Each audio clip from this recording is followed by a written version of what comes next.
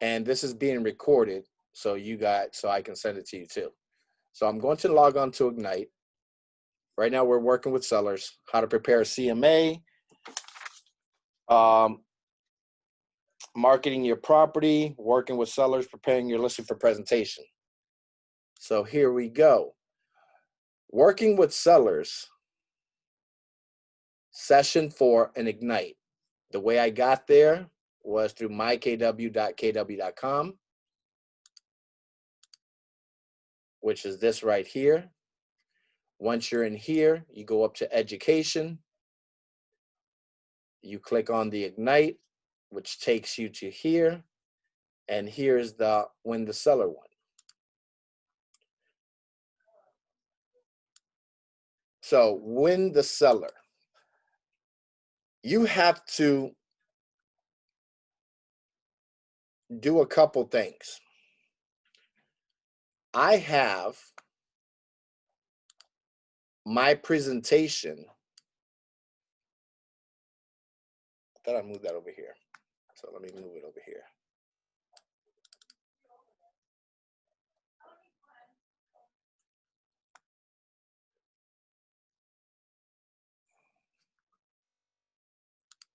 I have my presentations, which I'm going to show you when I work with sellers.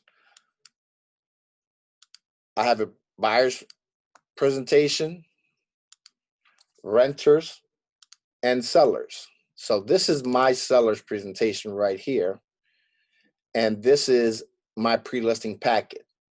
So did you guys started working on your listing presentation, your buyer's presentation already? I told you guys that Tuesday to start having that ready, because you never know when you're going to pick up a client. Have that ready for yourselves. When I'm doing a listing presentation, and if I'm on the phone and I hear kids in the background, I try to find out, oh, how old are your kids? Because if they're young, what I don't want happening is when I get to the house, the kids take all the attention and the sellers are not concentrating on our conversation. So I bring a kids listing agreement. Okay. And on top of that, I also bring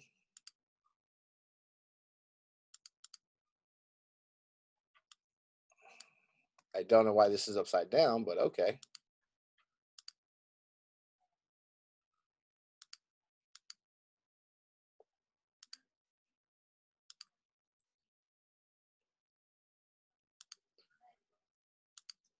Let me put it back to where it was.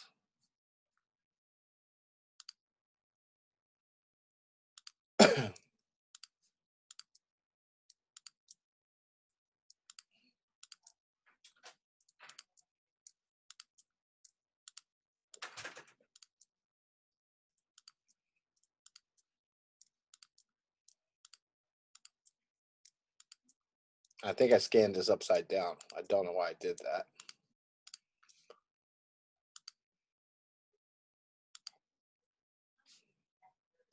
So I bring a coloring book. And in the coloring book, I brand it to myself.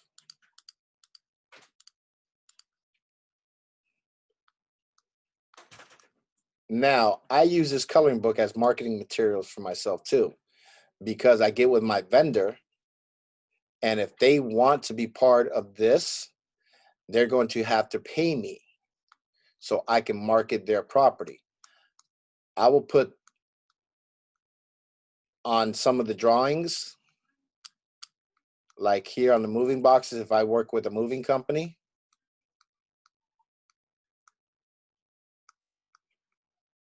I will put the logo on there. On the back, on my back page,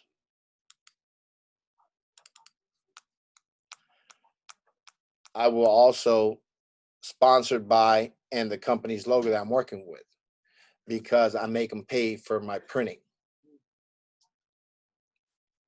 Now, some of you guys are asking, how did I get coloring stuff? Very simple. It's 10 o'clock. It's 10 o'clock.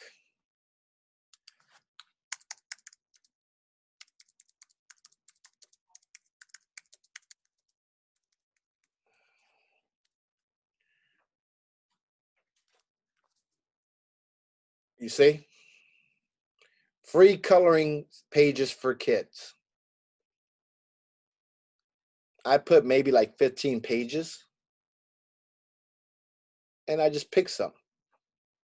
I save them as PDFs and go from there.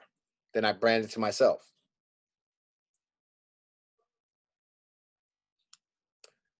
Now, the next thing I have is my preferred vendors list, my pre-listing lead sheet. This is here when I'm talking to a seller on the phone. If I'm on floor time, I don't ask question number one. I automatically fill it out because I'm on floor time. That's how they heard about me. Floor time call. Then I start qualifying the sellers. Where are you moving? What's motivating you to move there? How soon do you have to be there? If we sell your home in the next 30 days, will that pose a problem for you? If yes, what would the problem be? What would happen if your home did not sell? Stuff like that. Then I have a pre-listing packet. This pre-listing packet, my 10 plus customer service agreement, ways for us to communicate, prioritizing your needs, so on and so on. What is going on here? Okay. I also have preparing your home for professional photos. I expect them to have this done before my photographer gets there. Then I have seller's to-do list.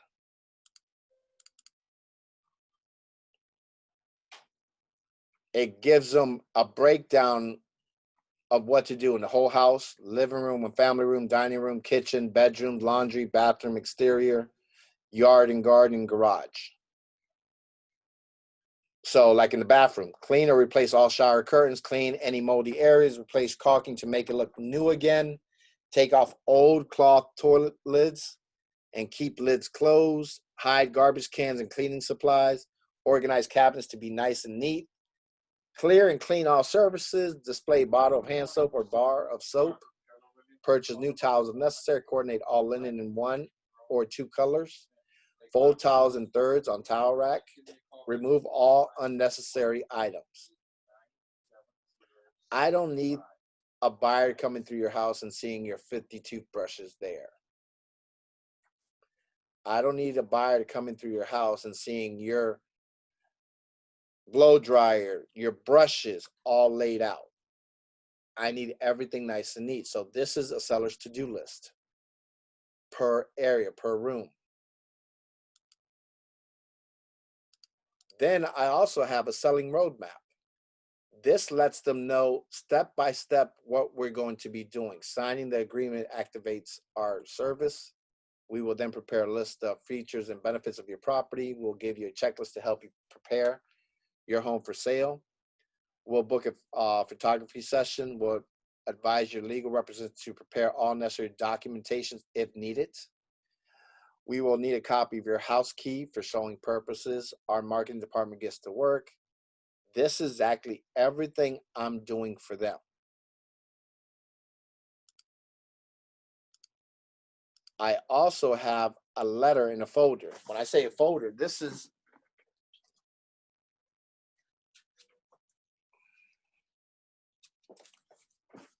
what I have. I give to all my sellers. Everything I'm showing you on the screen is in this folder. So that letter is right here. And hello, Ben. Enclosed, you will find a binder and folder containing information about the home selling process, the Velez Group, and our commitment to you. As you will notice, there are some forms located on the right side of the blue folder. If you have a red folder, you'll change that. Make it a red folder that I will need completed by you. This will assist me with getting your home ready to sell quickly. There is also some paperwork on the left side of the blue folder that is for you to have. Please complete the documentation to the best of your ability, and I will collect them from you when we meet next. If you have any questions about any of the information provided, please do not hesitate to contact me there's my numbers. I print this out and I actually handwrite my signature. I don't just type it in because that's not personal. Then I John, have, do you give that to them only if they sign an agreement, or you give it to them anyways? This makes me stand out from any real estate agent that comes interviewed for the job of listing their home. Some agents just come with a piece of paper and say, here, sign here. No, I'm letting them know everything about me and what I'm going to do for them. I'm standing out. Now I have a checklist. When I go there,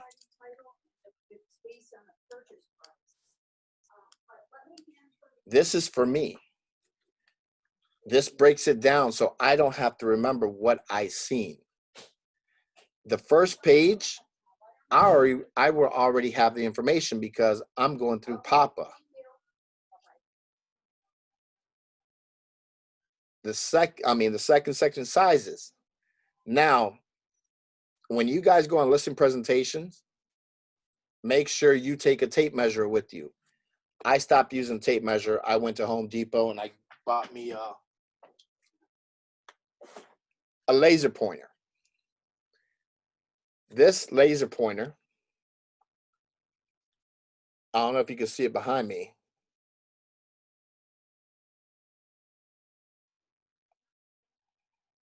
Right there. So from where I'm sitting at, there's a dot behind me on that wall. It's telling me it's 5 feet 4 inches away from where I just had this pointer. This makes it so much easier for me to measure the rooms quickly instead of me bringing out that tape measure and keep dragging it all the way out.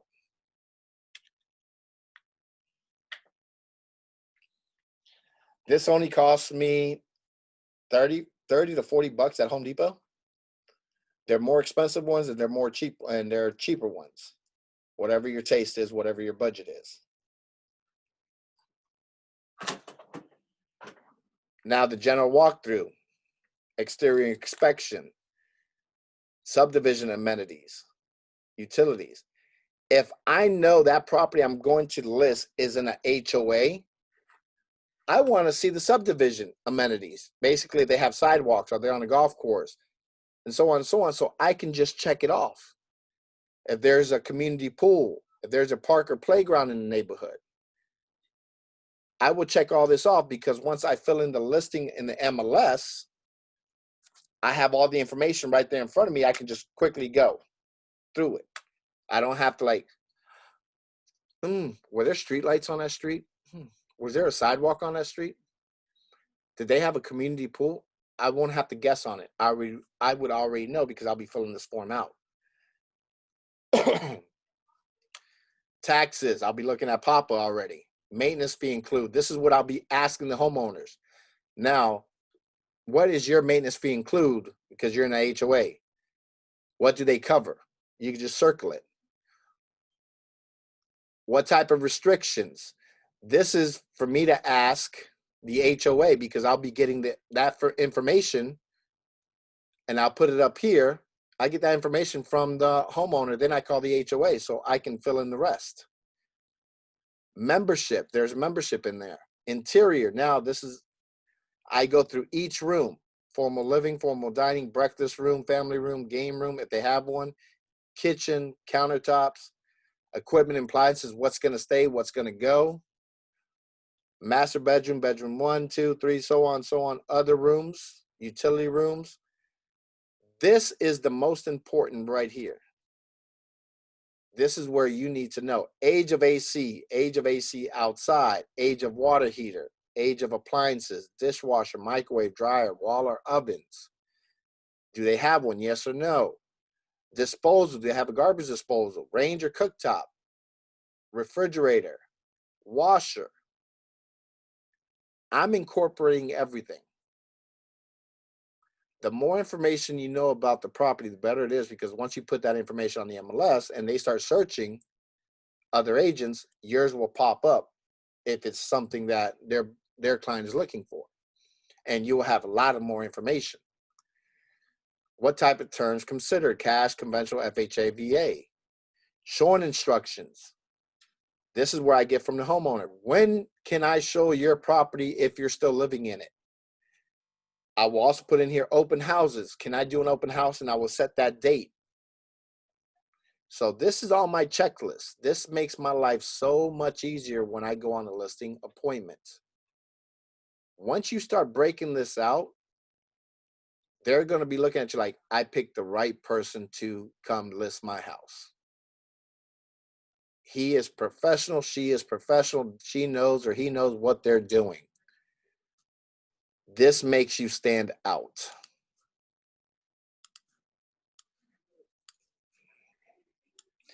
Any questions so far? Now, I have a thing called a seller's net sheet. The seller's net sheet is something, a tool that I use. Okay. This seller's net sheet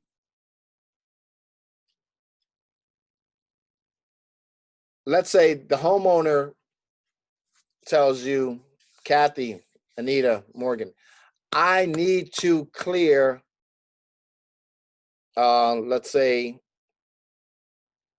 $30,000. I got to walk away with $30,000. So if you look at this right here, if I sell this home at $300,000 with all the fees, me including 6%, and if they owe money on it, minus the seller's cost, are they walking away with $30,000? No. So that tells me I need to change this to 310. Now I know from 300 to 310, they'll walk away 37,000. What's the lowest I'll be able to go? So one way, 31.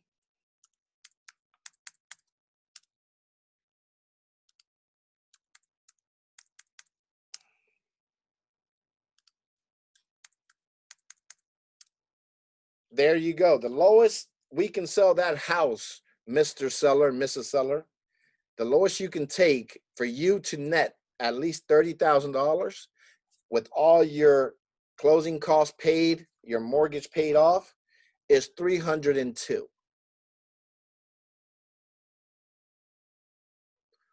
They might not even say, John, what can you sell my house for? Well, if we sell it and you accept an offer of 300,000, you'll walk away with 28,460. You quickly know everything.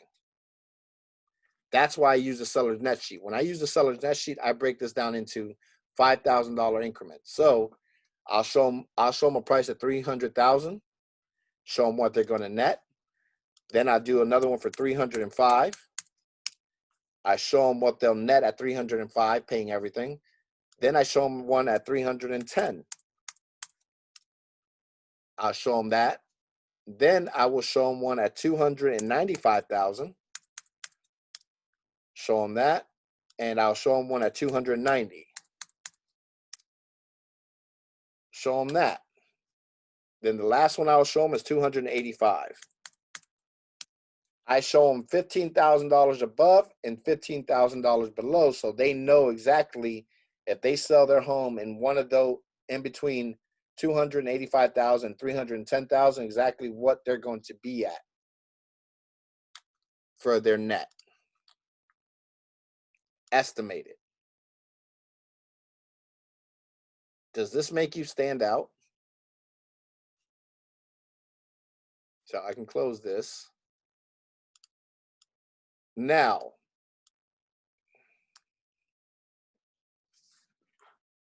we have to prepare for the listing presentation. The listing presentation, you need to be very prepared so you can stand out in front of all the other realtors that they already have coming in. One is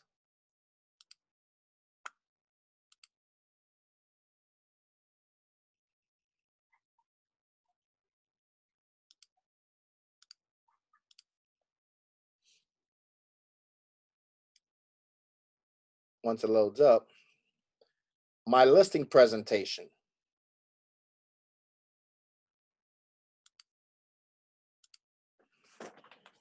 Either or.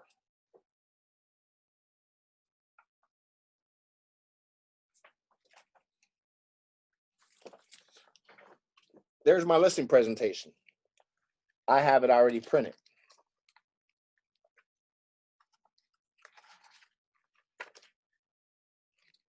Okay? That's the first step. Have a listing presentation ready at all times. Have your pre-listing packet ready.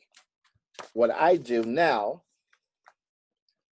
when I set up the appointment, Kathy, I'm calling you for an appointment, blah, blah, blah, okay?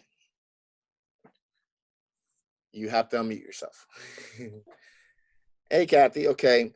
Now, what day is best for you for us to meet? I have an opening today between 4 and 6, or tomorrow between 2 and 4. Which day works best for you? Tomorrow at 2 would be super. Okay, awesome. Now, I do have some papers that I have to send you ahead of time. Would you want me to send those to your work, or do you want me to have them delivered to your house? Can you email them to me? No, because I need you to fill some stuff out before we meet. Okay, I'd like them at my home done. Okay.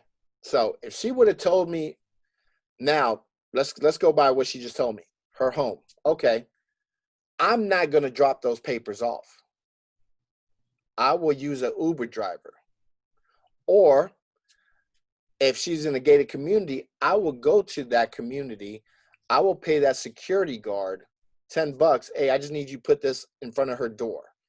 The homeowner, and I will mention your name, Kathy Carpenter, is expecting this. Please don't put this in the mailbox. Just put it on her door, and I'll give him $10. I will get his name. The reason why I don't want to drop it off, because I'm not ready for the listing presentation yet.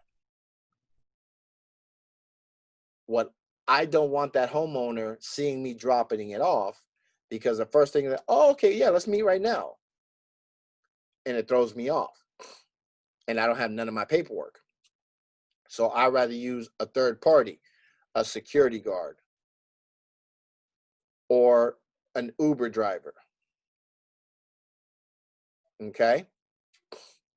All they're doing is just putting it on the front door. Now, if she would have told me, John, can you just send it to my job? No problem. I love when they tell me that.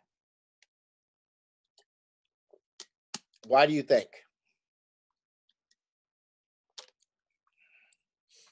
Why do you guys think I love when they tell me, John, can you send that paperwork to my job? Hello, are we on today? To meet other people in the office, maybe? I don't go there. What I do is, yes, it's to meet other people, but I'm not the one meeting anyone.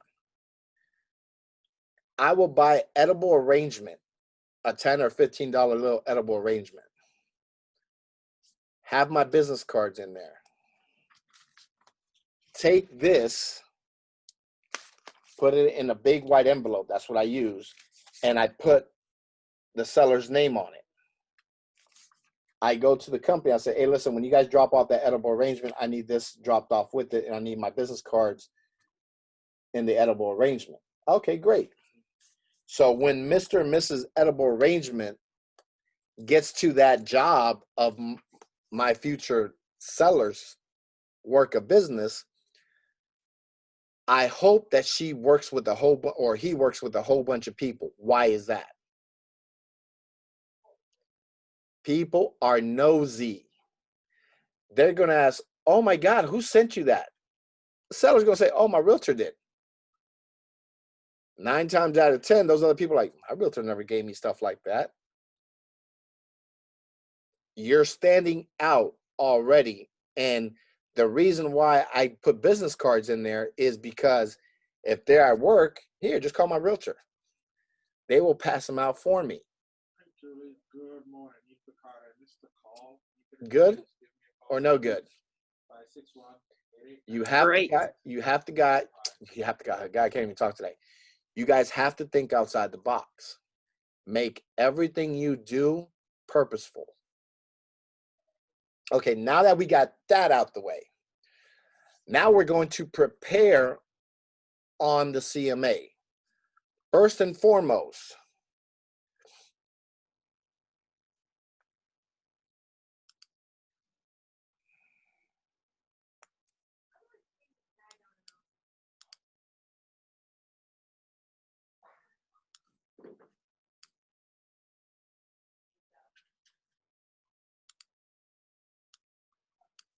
okay, first and foremost, I'm going to go to the MLS. I'm going to see if that property has ever been listed before. Okay? I want to see if that property's ever been listed before and how high it's been listed and what it actually sold at.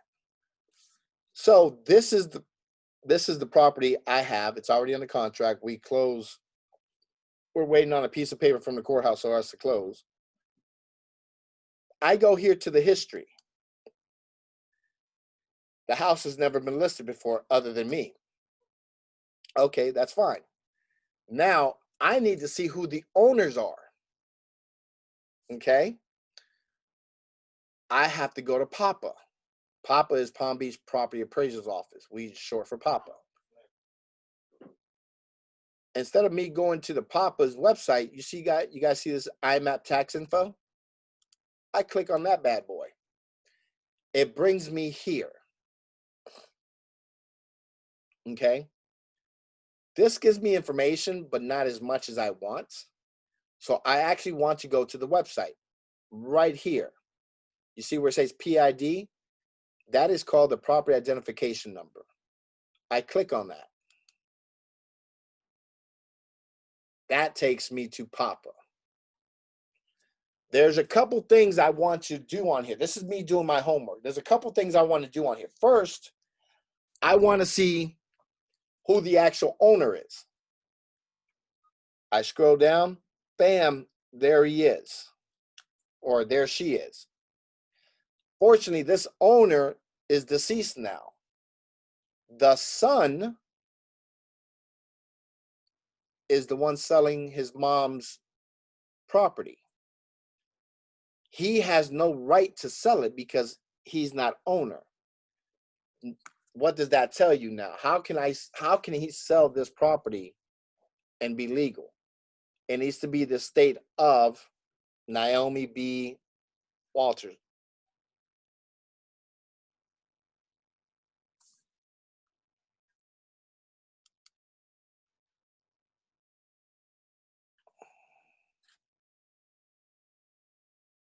Give me 1 second, guys.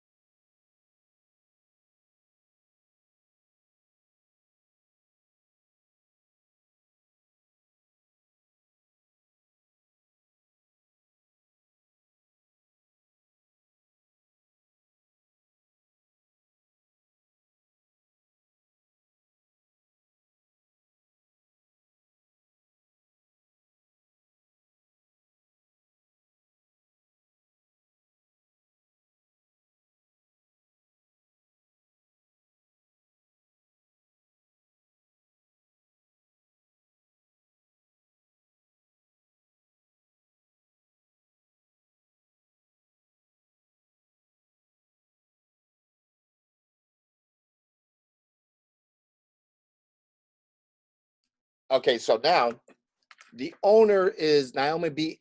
Walters Estate. Okay, so that's telling me that my seller, Ben Walters, her son, the name on the contract has to be Naomi B. Walters Estate.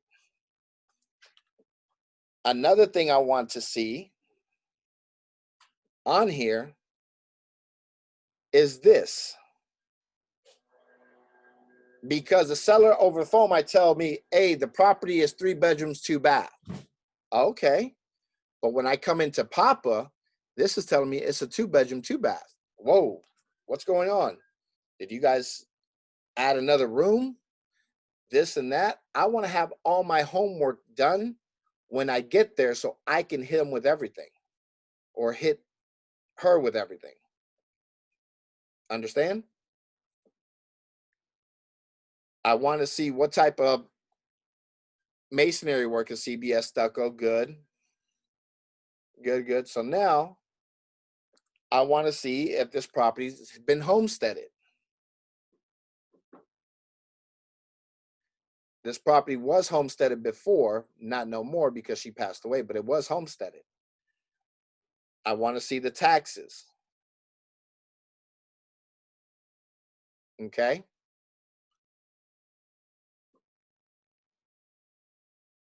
Are we good so far? Now I need to see if this property has any liens on it. Why would I care about if the property has any liens on this? I'll wait. For clear title, right? I mean, see if you can sell them. You do not want to have a clouded title, and you do not want to know this in the last hour like what you're going through right now, Anita, for your condo. So here, you guys see the sales information? I need to go to the Palm Beach County Clerk's office. I can go to the website, but instead, oops, I'm gonna go right here, 1996, sales price 88. I'm just gonna click on that. Oop. I'll just click on this little bad boy, which opens up the clerk of court. Now, I want to see what's this. So I get image. Okay, here's the warranty deed. Bam. All right, good.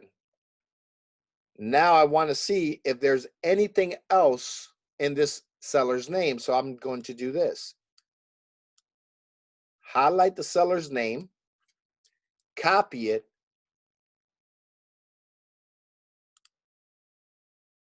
and go right here where it says new search. Click on it. Put the seller's name in here and hit search. This will show anything, any open liens, any foreclosures, any mortgages, anything. So right now, the only thing is showing a deed.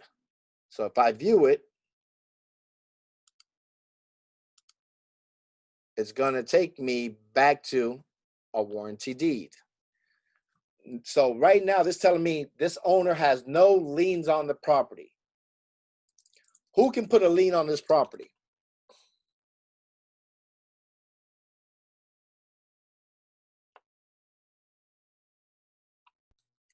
Who can put a lien on the property? Property A taxes, contractor? mechanic lien, construction lien, vendor's lien. Anyone. Right. Even a car washing company can put a lien on a property because the owner didn't pay him $65 for cleaning the car. You want to make sure there is no liens on the property. Even the HOA can put a lien on the property. Okay? So far right now, we're good. So that means I can close this out. I'll leave this open for right now. Now I need to go to to see if there's any open permits or inactive permits or expired permits.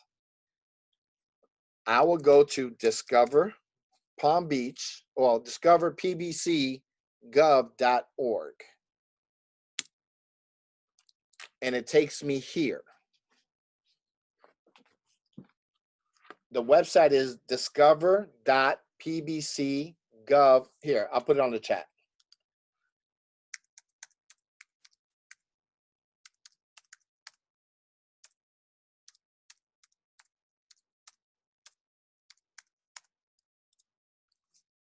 That's the website, discover.pbcgov.org.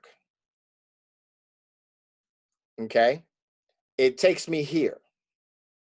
When I'm here, you see right here where it says online services? Click on that. Look to the left and scroll down till you get permit tracking, permit status, and inspection history. Permit tracking, permit status, inspection history. Click there. It's going to take you here. You're going to go not by application or permit number, you're going to go by address or owner. I like to go the address. The less information, the more you get. The more information you give is going to show 0 results. So I like to start 5270 Helene Circle and hit search. Hey, good morning, Neil Picard. Now you have to be very careful. I'm doing good. I just received an offer from you for my Isla 283 Las Palmas. This is telling me, Most things look you see right here, in Palm Beach County, the it's seller still has showing me I got a complete here, permit canceled, admin closed, completed, located, issued, and complete. I got the addendum. Yeah, I have no active permits. I have no inactive permits or expired permits, but I do have a permit canceled, so I'm just going to go here. It says pool residential in ground. I know my property doesn't have a pool. So I'm going to go in there and take a look at it to make sure it's for my property. Okay.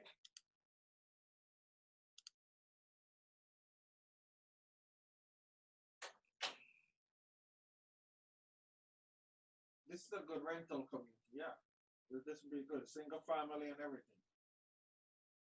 Now, do you see this PCN number here? If I copy it and I go back to the property appraisal's office,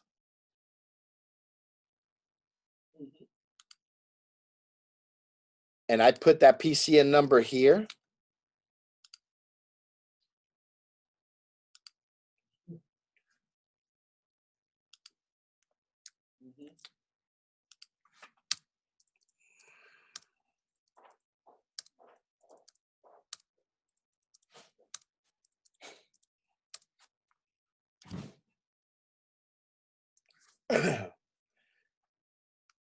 what is this telling you?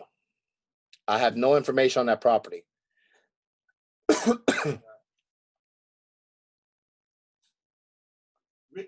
can work it out. Yeah. That property exists, but I have no information on it. I'm sending it over to the seller right now.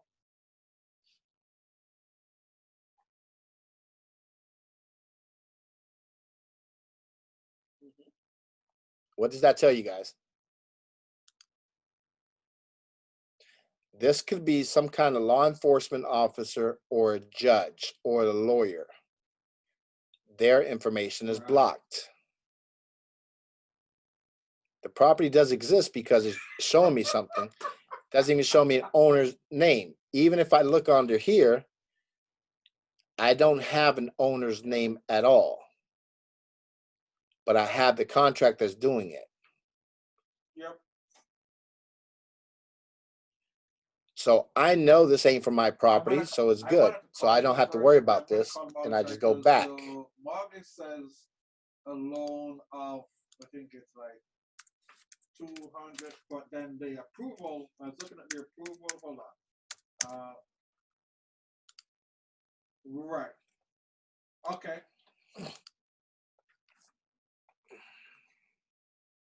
Okay. So this one is mine, but this is before my owner bought it. My owner bought it back in 1996. Okay. This is an old one. That's why it says admin closed. Here in 2006, now that is my owner, and this was for a re-roofing. 2015, a decal for the water heater, located. 2015, decal for water issued. 2018, plumbing. John, but the lender is so it's good. I have no issues with open permits, expired permits, or active permits. So I'm good. I would print this out so I can have it when I go meet. I just downloaded the letter. Hold on.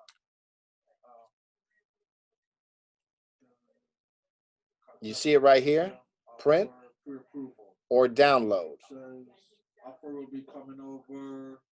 Thank you, Pete. John McKesky Selfwood. Oh, okay, yeah. Because on the letter it says leave something.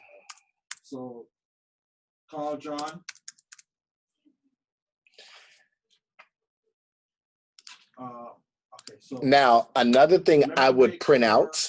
I get my okay, Howard Zuzel. You see where it says view building details? Okay. I will click on view building details. I will print this out. Start calling because that's because I was gonna call Lee. That's gonna be these things I'm telling you print out, you print them out in twos. One copy for you, one copy for the homeowner or the seller. No.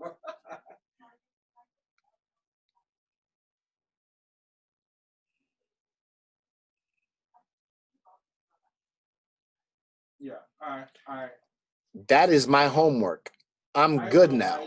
I'm done. Yeah, I'm sure that we can. Did I confuse you in any way yet? I'm gonna call John next. You guys know where to go now to start doing this work when you start doing your CMAs. Yes, sir. Right? I mean, when you start setting up listing appointments. Now I can close this out. I can close this out. Leave that open, leave that open. I can close this out here.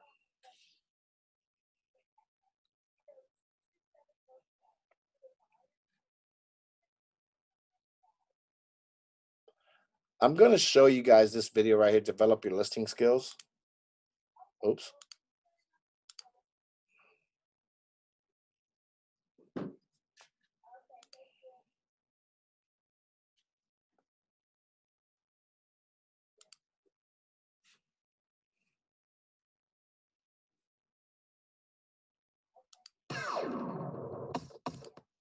Can you guys hear it?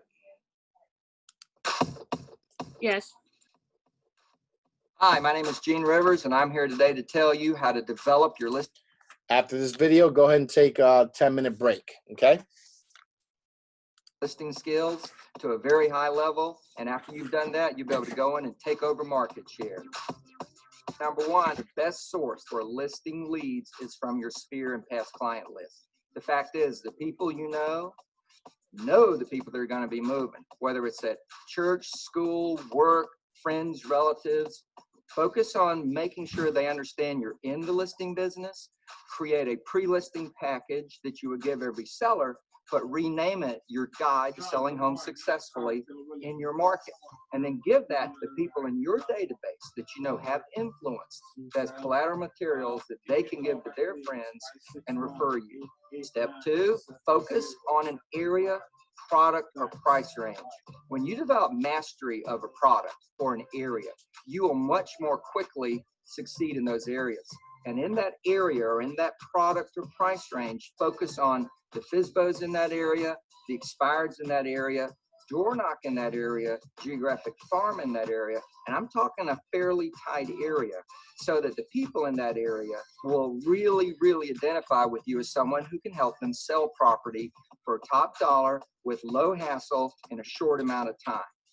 Now we're at number 3. Everyone today that's looking at hiring an agent, whether it's a referral, even a past client, or a stranger who's gotten your name somehow, they're going to check you out on the web. So you need to make sure that your website is competent, that you've got basic, powerful content in there, and specifically that on the landing page, the very opening page, there is a direct offering to a seller. Find out what your home is worth, get a guide to selling your home. But if you don't do that, you're going to miss opportunities, because people will get your name, check your website out, and go, I don't think so. I've seen a lot better sites. Fix your website with a database that you are working on a consistent basis. And with a tight focus, you build your reputation. If you're visible, you will find you will take over more and more listings, and in a very short amount of time, 12 to 24 months, you will own that market. That's how you take market share.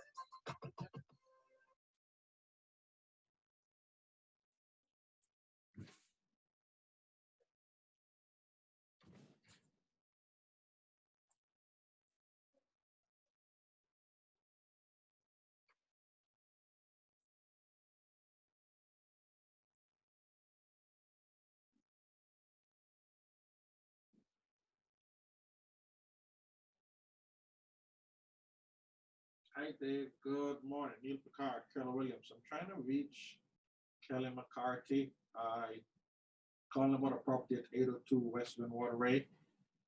If you can put me in touch with her, my number is 561-889-7075. Thanks.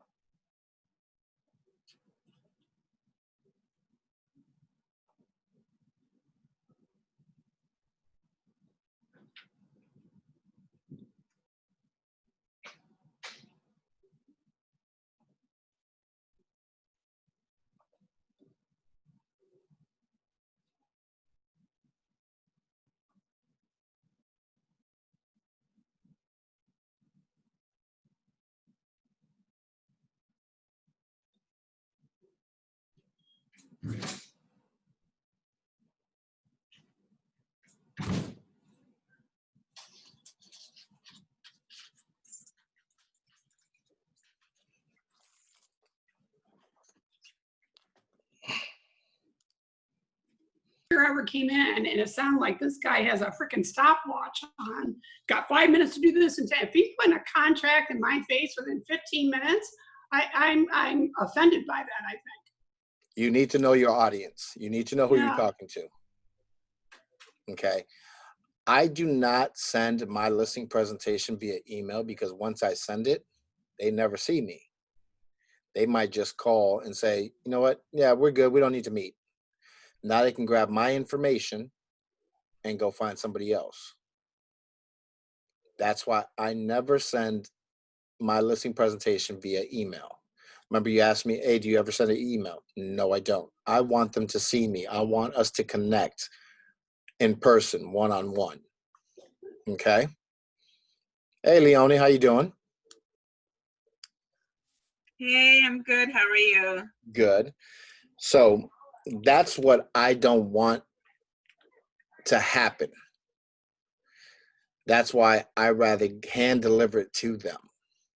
And I hand deliver it to them 24 hours before we meet.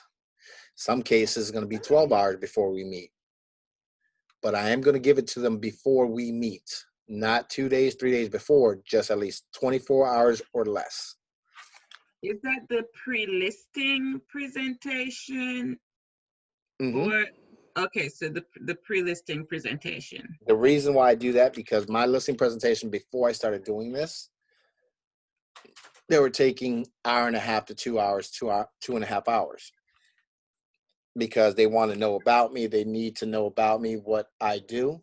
Now, by me sending that pre-listing packet beforehand, majority of those questions are going to be answered in that packet.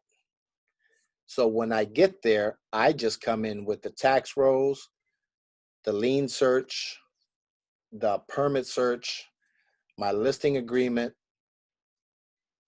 and then we talk. Majority of the questions that they're going to have for me will already be explained by my packet. But before I say, hey, let's move on, I say, hey, you guys received my packet? Great. Did you take time to go through it, fill it out? Great. Are there any questions before we start? That's how I do mine. So now, before I get there, I need to know what I'm getting into. I need to know a range on where the market is going to tell me where I can list this house at. I don't want to go there and say, hey, we can list your house at 350 and nothing in that neighborhood has ever sold for 350. We'll be overpriced and my listing will expire, and then they'll be pissed off. I'll be unprofessional and they leave. Okay. So right now we're going to how to do a CMA. I do 2 CMAs, one on Flex MLS and one on the RPR. So before we start, we're going to do the one on the Flex MLS.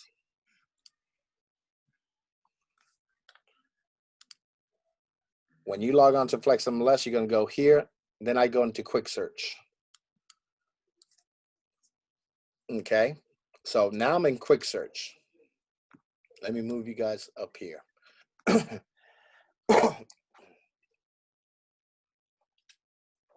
Now I'm in quick search.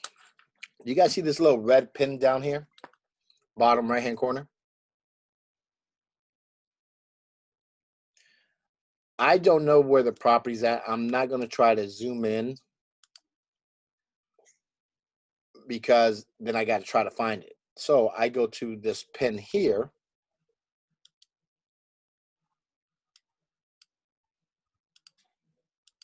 I'll type in 5270 Helene Circle.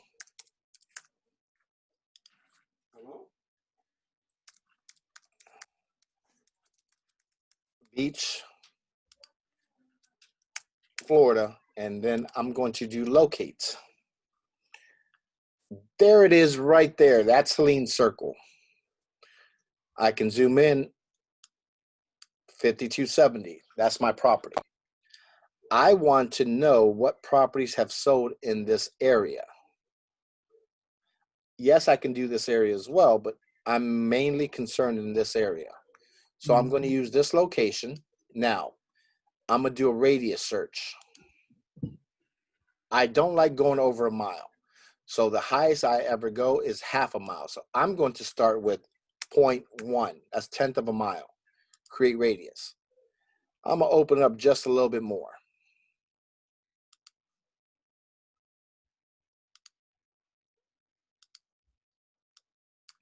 0.2. Create radius.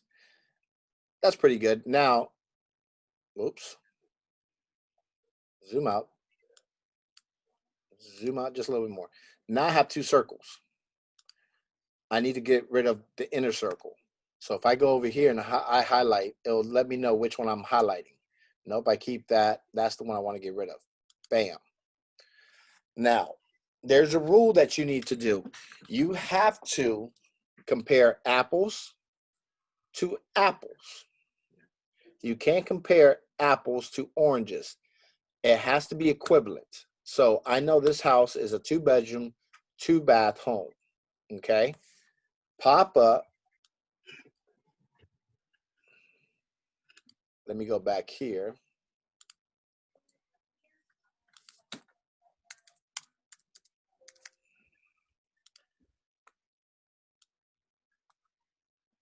Papa is telling me this home is 1,265 feet, living square foot. I like to go 10% above and 10% below. Okay. So by that being said, over here on the left, I want to select the actives and the closed. Those two. I want to start off with 30 days closed. I have two that close in 30 days.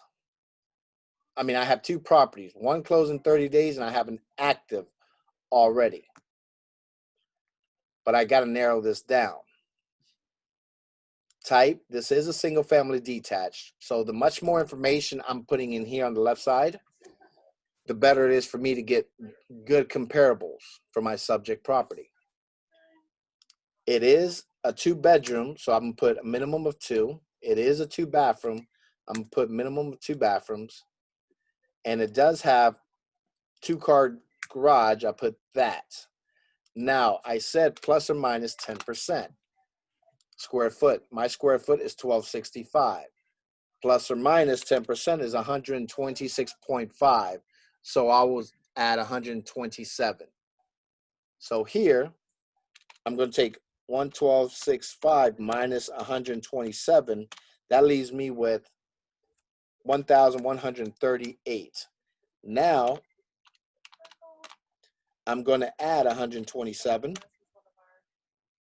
So I'm putting 1,392. So my house, well, not my house, the subject house fits in with this within this living square foot. The system is only going to find homes within this square foot because I can get a home that's 2-bedroom, 2 baths, 2-car garage that's 2,000 square feet. Is that apples to apples? No, it's not. It doesn't have a private pool, but I'm not going to select on that. It's not on the waterfront, so I'm going to say no because that gives me. I don't want short sales involved in this, and I don't want foreclosures involved in this. Okay, now I have an issue. You notice when I hit waterfront,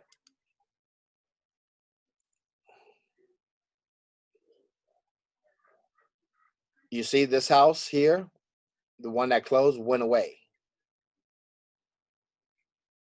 I'm just going to leave it because I'm only going to go with square foot anyways. So now that's not enough comps for me to actually comp this property. So now I'm going to go last 60 days instead of 30 days up here.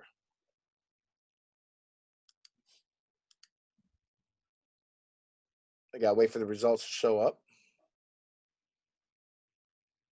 Sometimes it's a pain.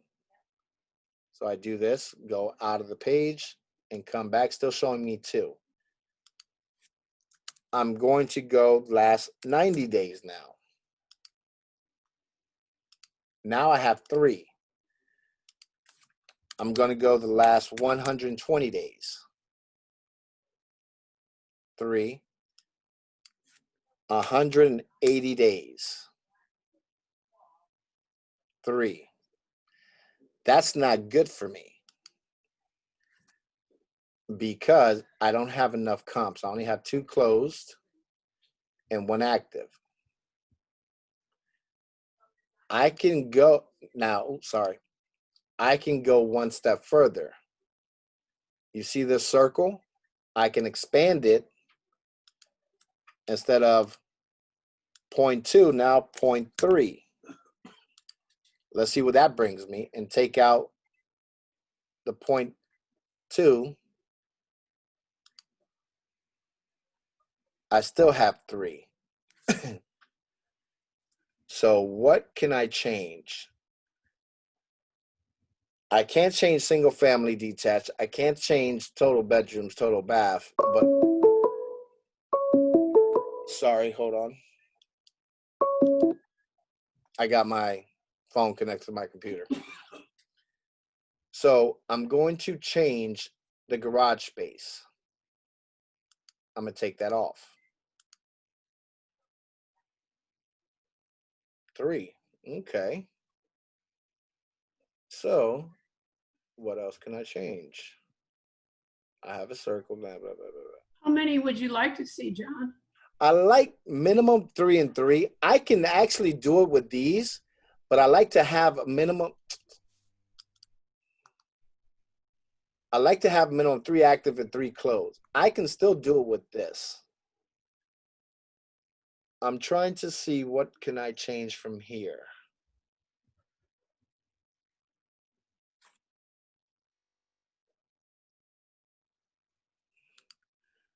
Let me move this to 1,400 square feet. It's only 8 square feet more. You see, by changing that 8 square foot more, it gave me another house.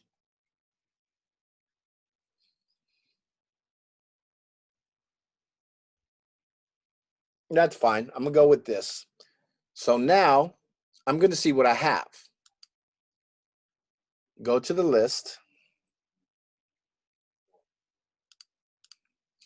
I have 1 active, which is 334,900, and I have 3 closed,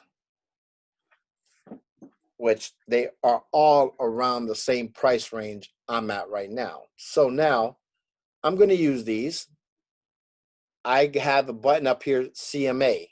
I'm going to select all 4 of these. Select my CMA button. Use all results or use selected. Since I selected them, I'm going to say use selected. I like to do a full CMA. We are statistically average field is square footage, so I'm good. Hit next step. Comparable market analysis. I'm gonna say you put the seller's name in here.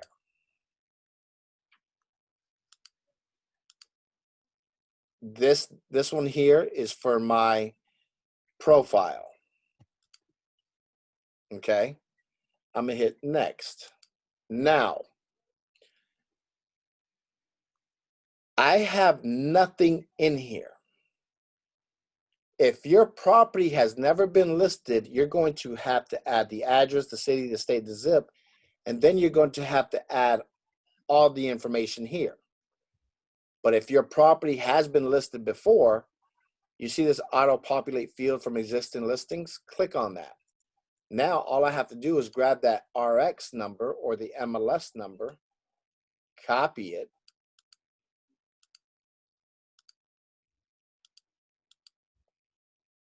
paste it, and hit submit. It will fill in the address. If there's a picture, it will fill in the picture, and it will fill in these areas here. Total 2 bedrooms, total baths 2, living square foot 1265. 1265. Oh, let's see something. Yeah, that's right. 1265. Short sale, no. Year built, 1986. Hardship package means if it's been approved by the bank to be a short sale and the seller has already turned in the package and to start the hardship. Short sale, no. So that's get right there. Now I'm going to hit next step. Here's my comps. Okay. If I want, these are the comps I'm using right now. The next step is going to be adjustments. If I'm adjusting per room or anything else, I would add an adjustment, but I'm just doing square footage. That's why I'm going to leave it square footage. I can make adjustments throughout all this, plus or minus and stuff like that. But since in this case, I'm just doing the regular basic square foot comparable. My next step is going to take me to the summary. Right now, list price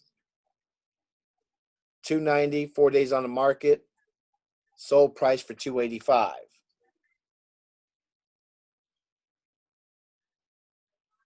That sold March 13, 2020. That's awesome. This one, 320, 13 days on the market, community 13 days on the market, sold date 325 for 302.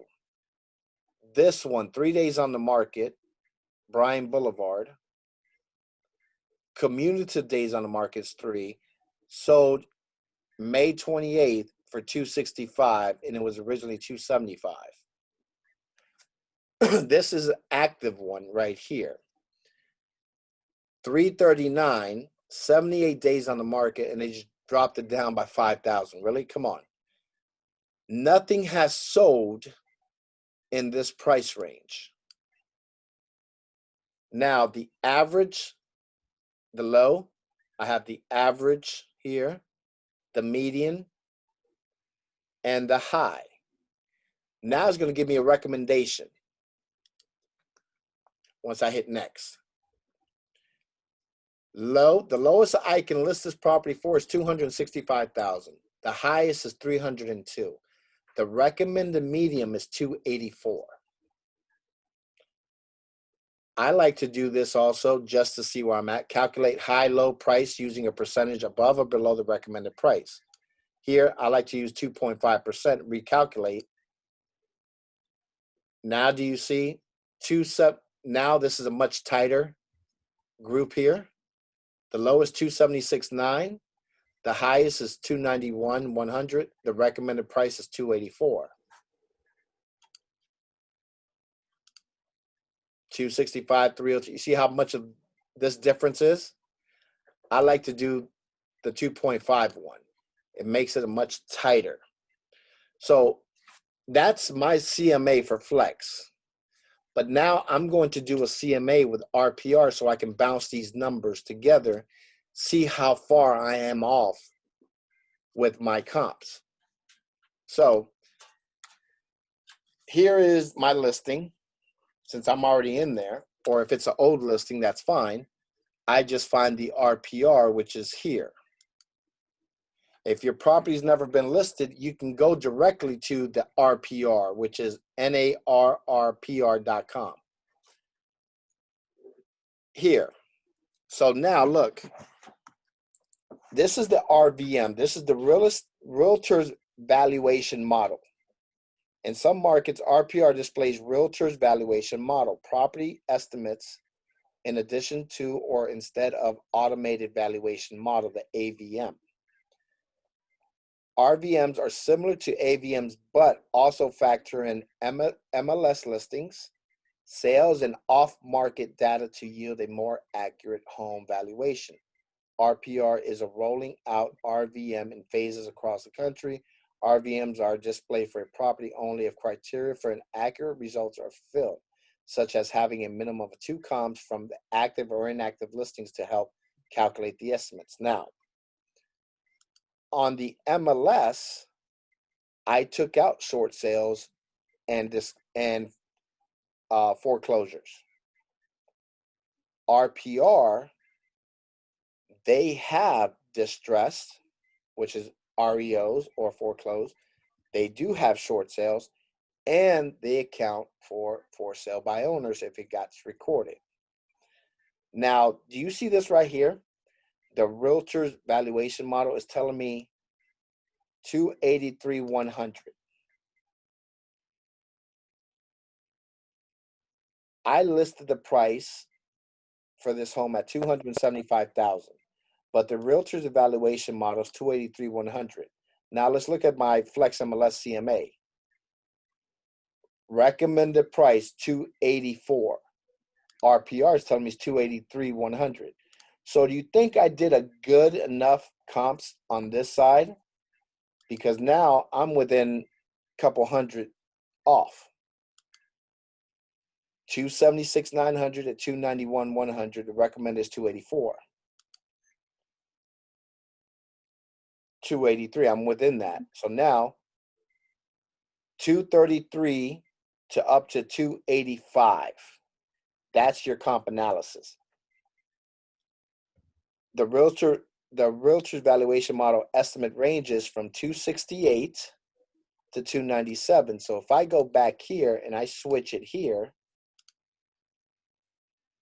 am I within that area? of the realtor's estimated range of 268 to 297. The low is 265, the high is 302. The range over here is 268 to 297. I'm within a few thousand right there. So I know my comp is good because now I got two different systems telling me I'm in the price range. I can stop right there and just take this one right here and roll with it. But I'm going to show you how to go here. I like the RPR because it tells me a lot of information. If you go through it and go straight down, property notes if there are any, homeowners facts, okay, home facts, medium estimated home values, price change history. I listed it May 1st. I had it on the contract 5 days later on May 6th for full price. So do you think I priced it correctly? Listing details, interior features, interior details, exterior features, exterior details,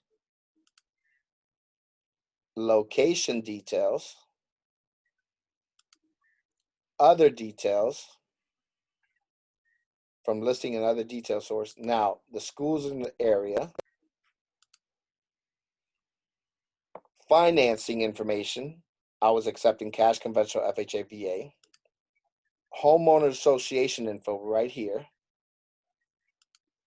Legal description. Tax info. Deed records. Now, if this person still had a mortgage, it will show up. Don't you think that's helpful? Because now, if I was doing my seller's estimated net sheet, I would have a roundabout figure of how much they owe left on that mortgage, and I can actually pin it on. I'll be plus or minus a couple thousand until I verify from the homeowners, but I would already have a starting point for their seller's estimated net. All right, so this RPR gives you a lot of good information. What I also like about the RPR, if you want to just stick RPR, you set this up. This is your profile. But you see this right here, learning. It gives you a lot of great help. It shows you videos on how to use the RPR. It'll teach you on how to market in the RPR and stuff like that. So let's go back. Oops.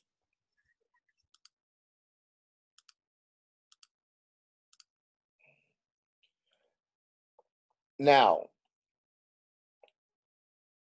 so now I want to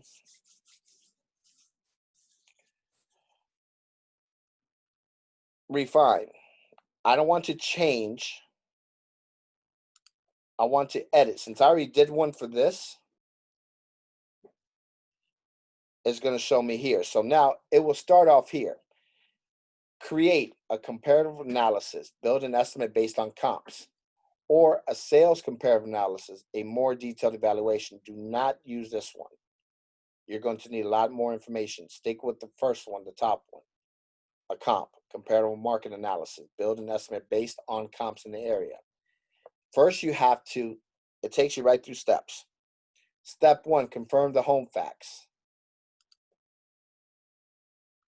If it's never been listed, this information will never be here. The public record data will be here. So sometimes if they do some type of remod, add an extra room or stuff like that, and they never record it in public records, you will have to add the changes here. But since mine is straightforward, I'm just going to hit confirm, fax, and close.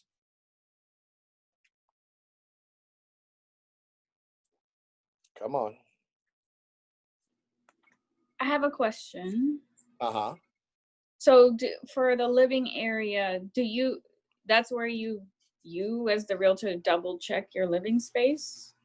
All rooms? I go off the property appraisal. Uh-huh. I mean, I go off, yeah, the property appraisal website. Okay. That's what's telling me. I'm not there Mhm. to measure the home. Mm-hmm. I'm just measuring room dimensions. Okay. And I go off what the homeowner's telling me. Okay. But I usually go off the tax rolls. So now I need to search for comps, step 2.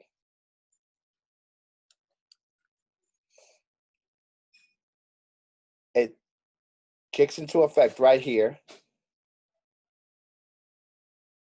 right up here. I'm looking for active for sale, pending, and sold within the last 6 months. 2 bedrooms, 2 baths. I can keep it right there, which is fine. You see your subject property is in yellow. There's every other property. Now I want to hit search.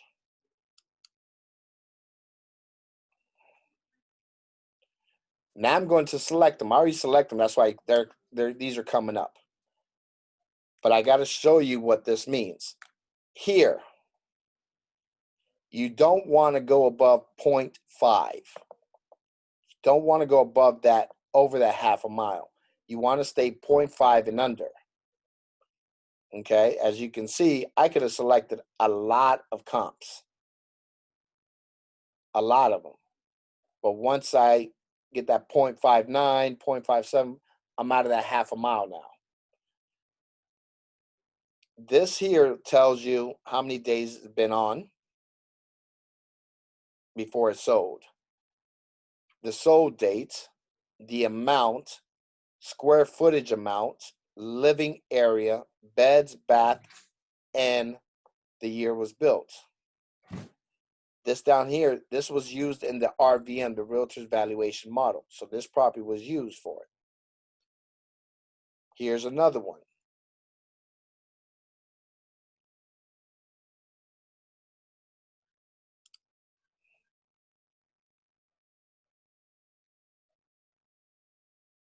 I didn't want to use this because it was a little bit more square footage. That's why I didn't use it, but I could have used it. But am I being realistic? That's what it sold for. Is my property going to sell for that? No. But I can guarantee you that one property that's been on the market for 75 days, I guarantee you they use that. But they have to be comparables. So here's another one, a 2-2. Within my square footage, I'm going to use it. I'm not using a 4-2 because look at the square footage. Yeah, even though it's still under my square footage criteria, I still get to pick and choose. So now I picked the ones that sold. Now these are the properties found to use as comps. Now up here, for sale, off market, pending, or pending distress. I don't pick a pending distress. Oh, let me show you another one here. When you don't get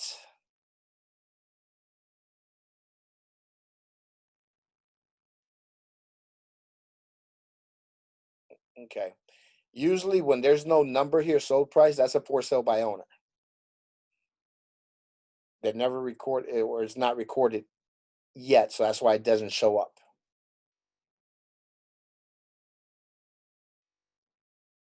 Okay. Now I will pick a 3-2, 3-2, closer square footage.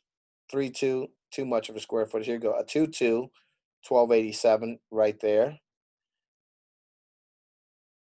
3-2 near my square footage. I'm good. So I picked my comps. Now I'm going to update valuation and close. Once you the ones that you picked from here will all show up over here. It will start giving you a roundabout figure. So I'm just going to hit update and evaluate.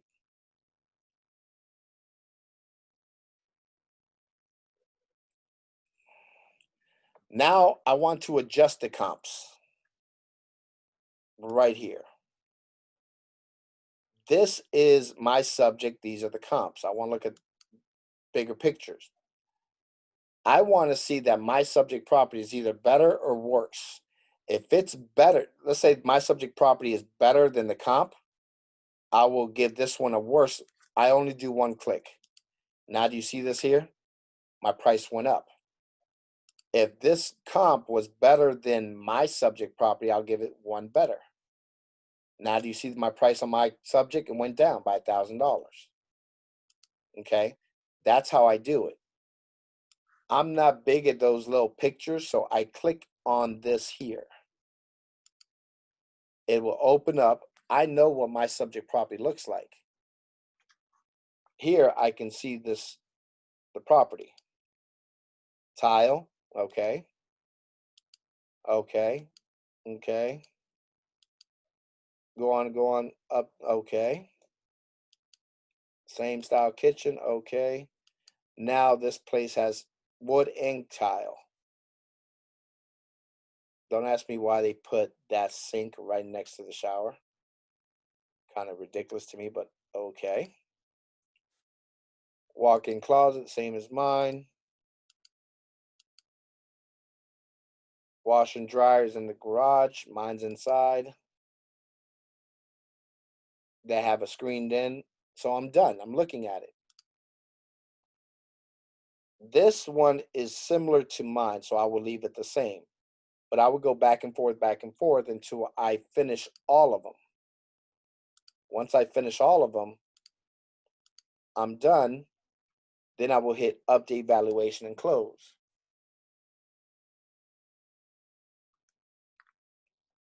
Now it will give me a recommended price. My recommended price is $233 up to $285,000. I edited it because I don't want to show them where I'm thinking about listing their property at. So I took that off. I just edited it. You see, they was telling me to do it at 267, 477. So I didn't put that in there. I just left that blank. It told me 232, 917. I just rounded up to 233. It told me 309, 911. I knew that property wasn't updated or anything like that. So that's why I didn't go with the suggested price. I went to 285. I came up with 275 because based on this one, and before I start making any changes, they weren't similar. So that's why I came up with a 275. Now that I'm done, I can save this. And all I do is just create reports. When I create a report, I select what report I want. I want a seller's report. Do I need all this? Just read through it. If you don't need it, uncheck them. Because once you print this, once you download this report, it's going to be 50 plus or more pages.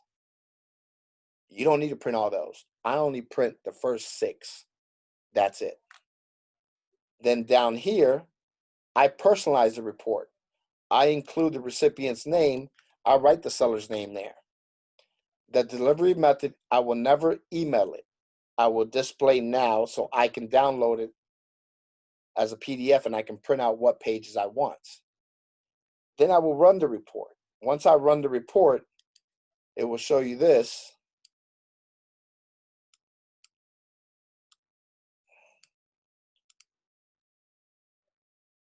Let me take his name. Well, let me put his name, Test. I'm going to run the report. Your seller's report is currently generating. We finalize your report. We will pop up a message when it's ready. It will ring like a doorbell. Ding dong. Then you know your report is done. It's up here. It's being generated. And that's how you do a CMA. Any questions? John, from your experience, what do you say to an owner who feels obviously his remodel or whatever should be worth much more than the comps in the area just because he did choose marble instead of quartz or whatever? I know. So let's say this seller told me, John, no, I want to list it for $350,000. Okay. I'm gonna let the seller know, say, Miss Kathy, I understand you want to list it for $350,000. The market is telling me we should list it at $275,000. We're going to do this though. I know you want to list it at $350,000. I will list it at $350,000. But in 2 weeks, if we don't get no showings or no offers, we're dropping the price to where the market told me to list the house at originally. If you agree to that, I'm gonna put it on the listing agreement so we can sign off on it. To answer your question, Kathy? Any other questions? Are we good?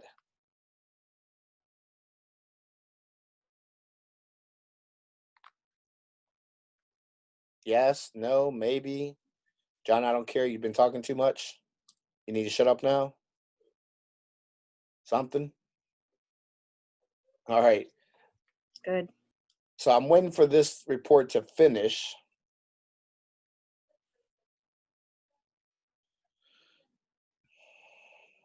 Sometimes it takes a couple minutes, but it'll sound like a doorbell. All right. I'm gonna cut you loose. There you go. You guys heard it? Now I'm glad it showed. Now I can actually show you the report. I'm gonna download the report, and this is what I was telling you about. How many pages is showing? 1 of 88. Do I need to print 88. all these out? No. I only No. print the one I need. I definitely get the first one. Definitely get the second one. Third one with the home facts. Fourth one. A couple pictures of it. I don't need the property history. I don't need the seller's report. Sometimes I put it on, depends. I don't need the seller's report here. I don't need this here. I definitely don't need this part. Don't need this part. But now I do get, I print this one out, the comp maps, so they know where the comps are coming from. I print out 1 and 2, 3, 4. Now I get these here to represent all of these.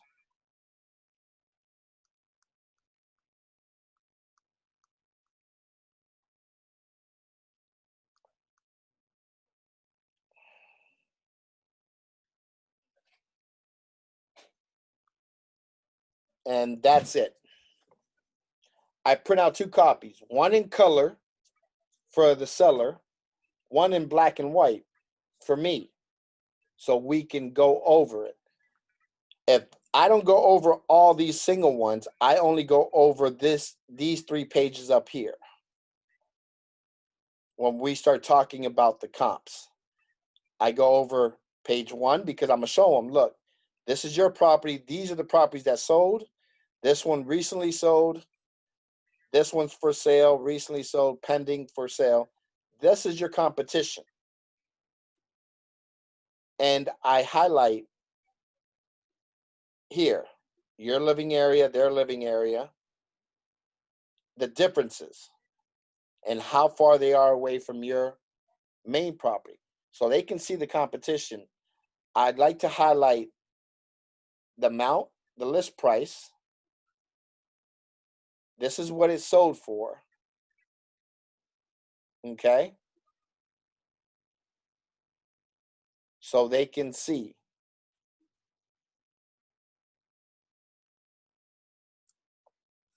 All right. Any questions? Hi, John. You said you were gonna this is recorded. You will be able to send us this as well. Yeah, I'm still recording it. I haven't stopped it. Okay. Okay. Thank you. All right. So when I'm looking at the, can you guys see my MLS? Okay, so when I'm looking at the MLS and I'm the buyer and I'm writing an offer for the buyer, whatever, I need to look at, one, what type of property is this? Two, if it has a membership fee. Three, if it's a HOPA. Four, if this is a HOA or a condo association, COA, and how much it is, and if there's an application fee. The next thing I'm looking at is the variable doable rates. Now, the next thing I'm looking for is the broker only remarks. So on this one, owner occupied 24-hour notice, pet on premises. All offers need to have a direct underwriter pre-approval or proof of funds. All offers on as-is contract. So now that listing agent is telling the buyer's agent what type of contract he wants to see. Okay. Send all offers. Well, he's also telling you when you send the offer, make sure you attach the direct underwriter pre-approval or proof of funds. If the buyer is cash, proof of funds. If the buyer is finance, I need that pre-approval. Send all offers to this email. Schedule online for showing. Now, this is the kicker right here. There is a special assessment on the property for 1 year at $24.50 a month. More information at the HOA. So that's telling me $24.50 for 1 year times 12 is $294. I'm sorry, yes, $294. There's a special assessment left on it for $294 at $24.50. Okay? So I have to keep that in mind. Now, I move on and I go down. Now I want to see what type of restrictions, if there are any. Here are restrictions: buyer approval, commercial vehicles prohibited, interview required, no lease, no truck or RV. That means this is not a rental community. When you buy in there, you're buying as an owner. There's a no lease. Do not have any type of truck or RV and no commercial vehicles. Now, I want to see if any other restrictions. Here's pet restriction: up to 2 pets, no aggressive breeds. Okay. I want to see anything else. Utilities. This here is a city, county, and homestead. So now I know that these taxes are homesteaded. That means my buyer's taxes are going to go up depending on how long this seller has been at this property. That's why her taxes are so low, only $1,000, $1,077 for the whole year. Okay. The next thing I want to look at, which is the most important right here, equipment, appliances. This is what's included with the property. This is what's conveying. Dishwasher, disposable, dryer, microwave, range, electric, refrigerator, washer, water heater, electric. Okay. If let's say that she was taking that washer and dryer, it wouldn't be here, but under broker only remarks, you will see a section, washer and dryer do not convey. That means don't put that on the contract because the seller's taking with it is not part of the deal. You guys understand that? So that's it. That's basically it. That's how you read the MLS. Any questions? Just one on the no truck RV. My understanding has always been that means a commercial truck, anything that has a logo or insignia. I drive a pickup truck. Does that mean I cannot buy this piece of property? Because you'll have commercial vehicles now. When you, let's say you have a truck, but you slap a magnet sticker on it. You just made a commercial. Right. Because you're advertising. Right. Now, due to the limited parking spots, no trucks. A truck is F-150, 250, 350, 2500. That's a truck, and no RVs. They can't have those big trucks in there because it's a limited parking spot and it's too big. Right, except for my F-150 is the same body type as a Ford Expedition. So, you know what I mean? Those are silly rules to me. But I know, but that's the I rule. need to understand it because, So when you see this, that's a question, especially if it's in the HOA community.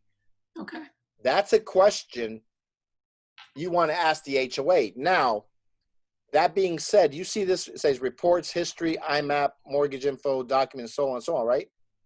You always want to see if there's a documents tab, especially when there's an HOA. You're not going to get this in front of a lot of listing agents. Listing agents are lazy. They don't put all the information. I'm different. I want you guys to have, I want that buyer's agent to have all that information because I want to make my transaction smooth as possible. Don't keep contacting me for HOA. Don't keep contacting me for the application. I put in all that here.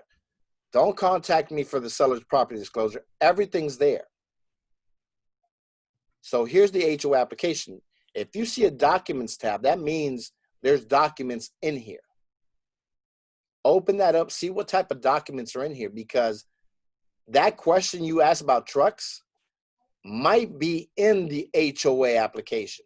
If not, here's the phone number for HOA. You can just call them yourself and say, what do you classify as a truck? okay. Could it just be commercial vehicles or privately owned vehicles with a sticker on it? You need to, those are the type of questions you got to ask.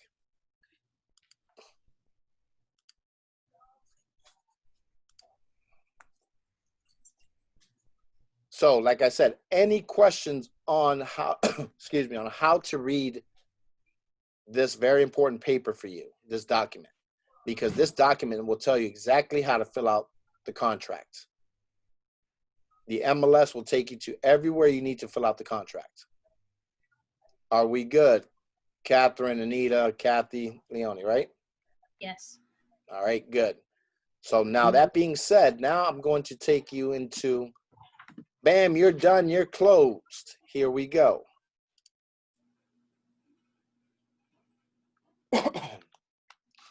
Final settlement statement. This is what the seller debits and credits, borrower debits and credits. This is what you want to look for. This is what you want to see, that everything that the seller said they were going to credit the buyer, it's correct.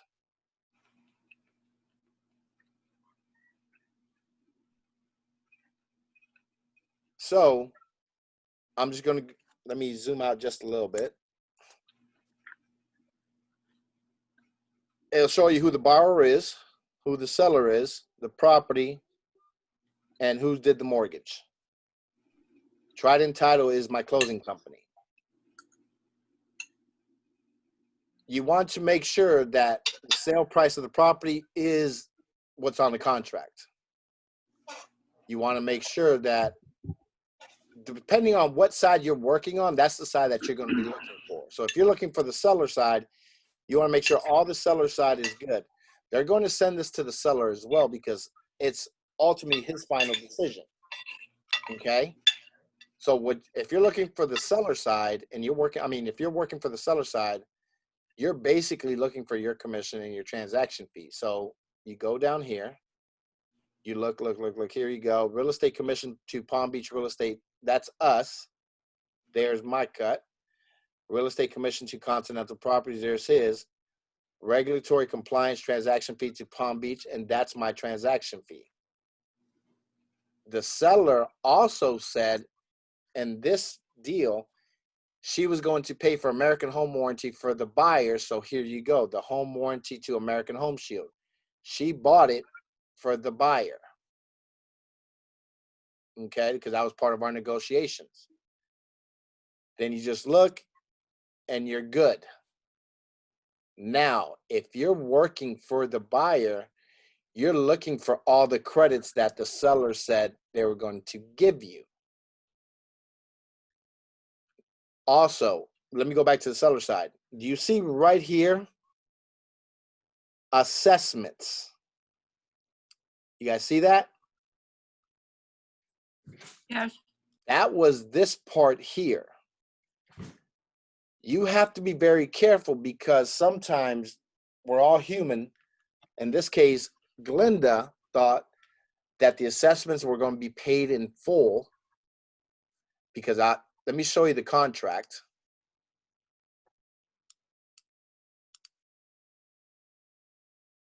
And I had to show her the contract as well.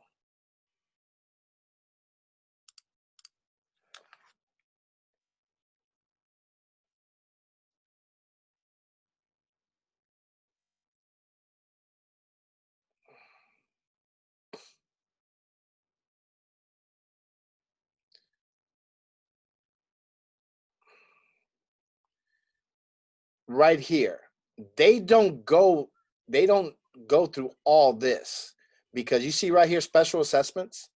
Seller shall pay installments due prior to closing and buyer shall pay installments due after closing. That lets them know that the seller is going to pay that special assessments up to the time of closing. Once it closes, the buyer takes over and pays the rest. But now, if you go down here,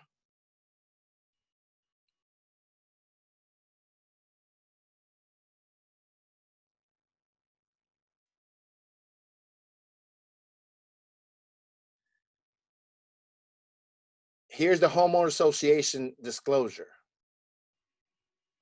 You will be obligated to pay assessments to the association. Assessments may be subject to periodically change if applicable. The current amount is $167 per month. You will also be obligated to pay special assessments imposed by the association. Such special assessments may be subject to change if applicable. The current amount is $24.50 a month for 1 year. She read that and didn't see it down here. She thought that the seller was going to pay the whole special assessments. I had to go back, say, oh, no, hold on. We're not paying the special assessments, they are. She goes, yeah, but it's not filled out. I said, I don't have to fill it out because if you look at here, payments of fees, assessments, and other association charges.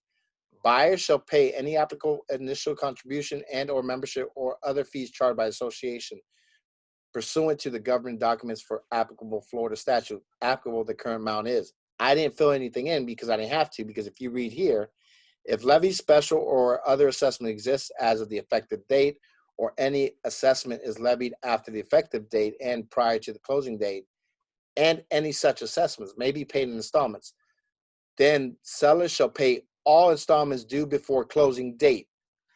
You see what I say? Sellers shall pay all installments before closing date. But now, if you keep going, and if left blank, then buyers shall pay installments due after closing date. So you have to see what you're making sure your numbers are correct, because if I would have not caught that, that would have been a $500 and something charge that would have came out of the seller's net sheet, seller's estimated net sheet. So she would have received $500 less. I mean, almost $600 less than what she would actually got. And that would not have been a happy conversation with the seller and me. Okay?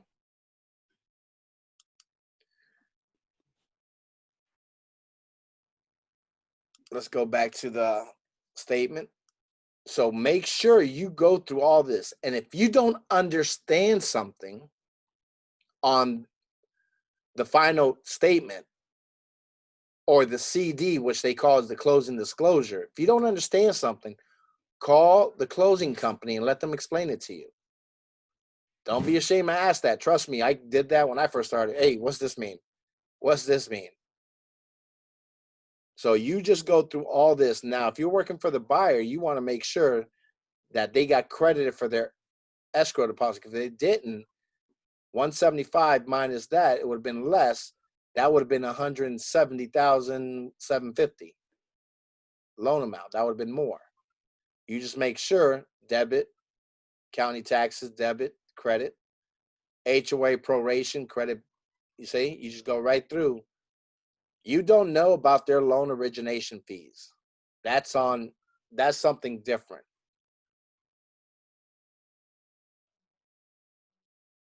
This doesn't concern you because that's their finance fees. If you worked out a deal with the title company or the closing company that they were going to lower some fees, it better reflect on this statement. Okay?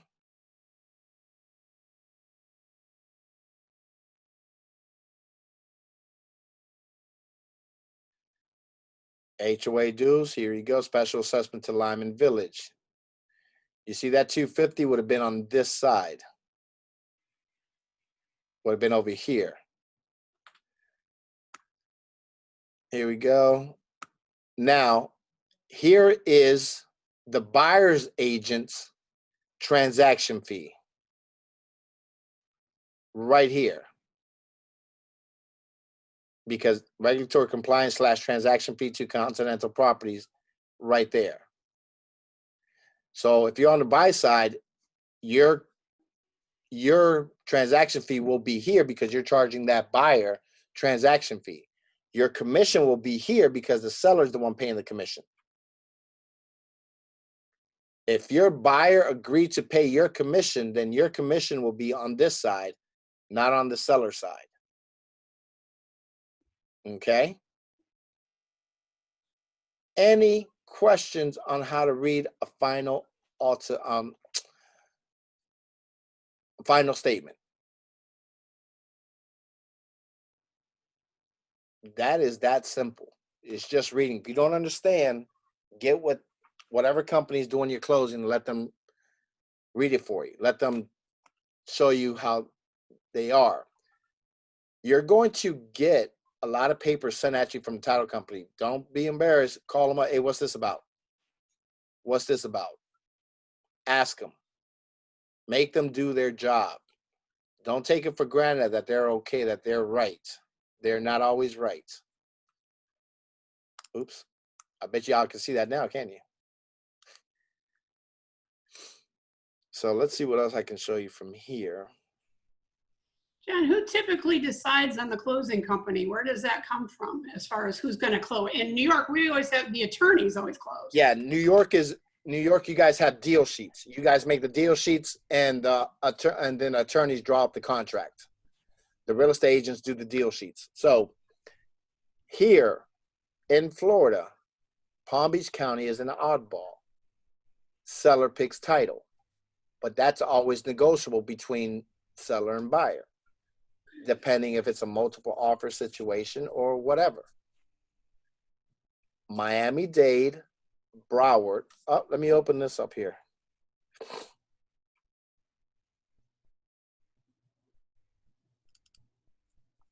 So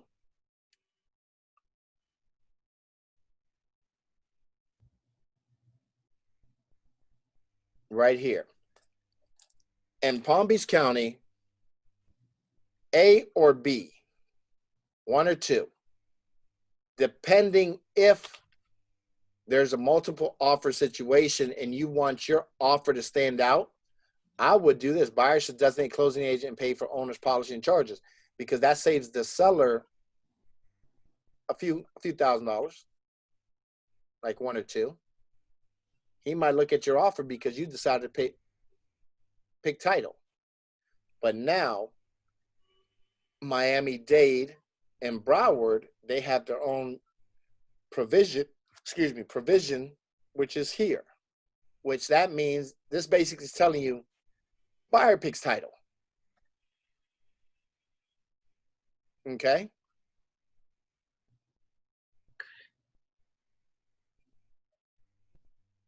Martin County, Indian River County, St. Lucie, all of them, buyer picks.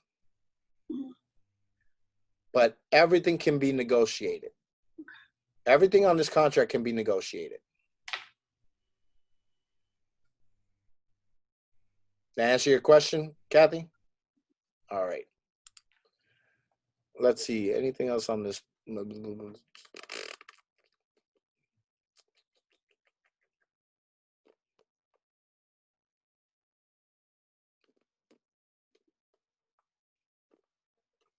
Okay, good. Nothing here.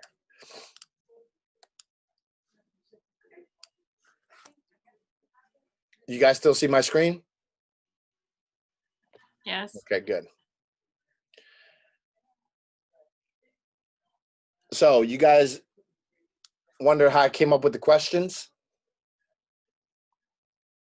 Right there.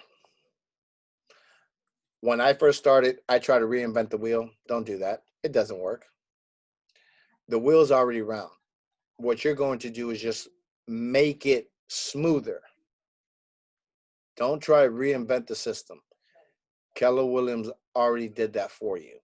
They interviewed over 100 agents. That's why Gary Keller wrote that Millionaire Real Estate book.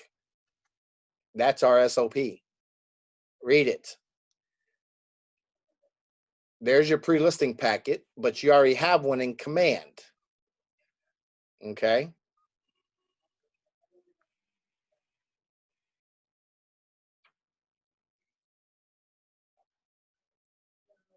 There's the home tour checklist. Listing presentation is very important. Here it is.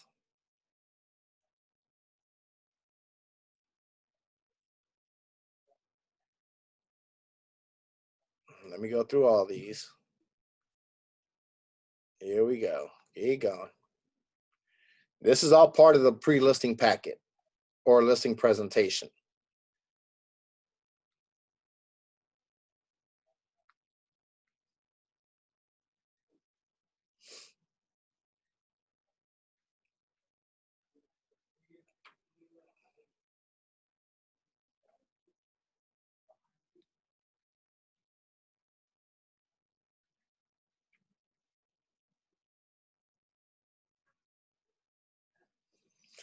God, and you see why I created my own, make it so much smaller. I'm still scrolling through it. This one, the moving checklist, is very, very important. Sellers are so fixated in, oh my God, I got to do this, I got to do that. They forget because they're selling the house that they need to turn off the electricity. They need to turn off everything else. Vice versa, on the buy side, they're so keen on, oh my God, I can't miss a paperwork because the loan officer read this. They're getting stressed out that they forget this also. This one should be going into your seller's presentation and buyer's presentation.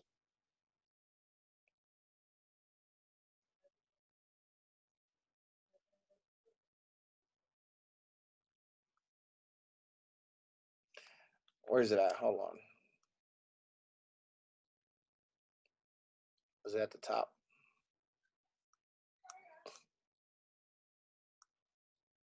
Oh, the marketing your listing. Never mind. I'm in the wrong one.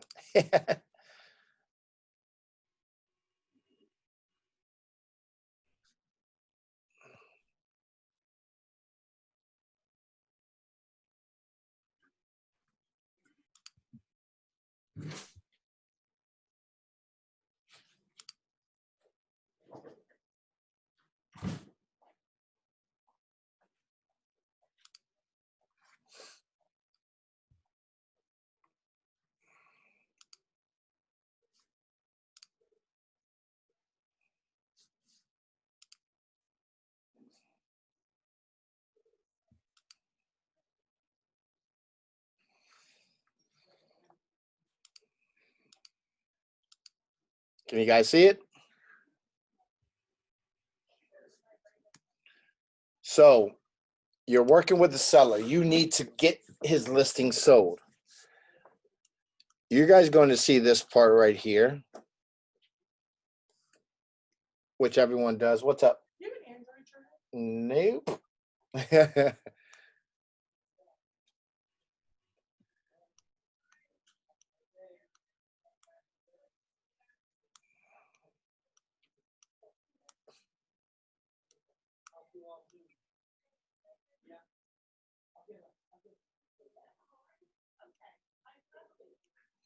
So now marketing your sellers, marketing and service your listing. It's your fiduciary duty. A person who is legally or ethically entrusted to manage money or property between two or more parties. Once you sign that listing agreement and that seller agrees to and signs it, you now are managing his property. You need to do everything you told that seller you were going to do. So if you told him you're going to stage a property, you better stage a property. You have to market this property because they can go after you if you do not do exactly what you said you're going to do. And they find out, oh, he didn't do anything or she didn't do anything. That's why my property sat on the market for 180 days. No one came seeing it. No one showed it. No open house, no nothing. They can go after you because you're under a binding contract with that seller. Okay? Staging the property.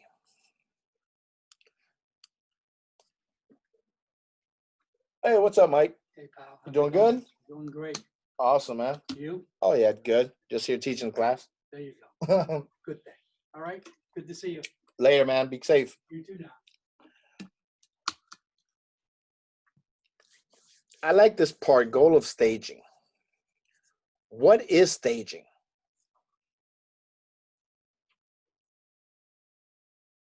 Making it presentable, less junky. Less junky. So what is making it presentable? Now, let's say they have a whole bunch of stuff. You're going to need to talk to that seller and bring them down. I like to say having the Jesus talk with them. A come to Jesus meeting.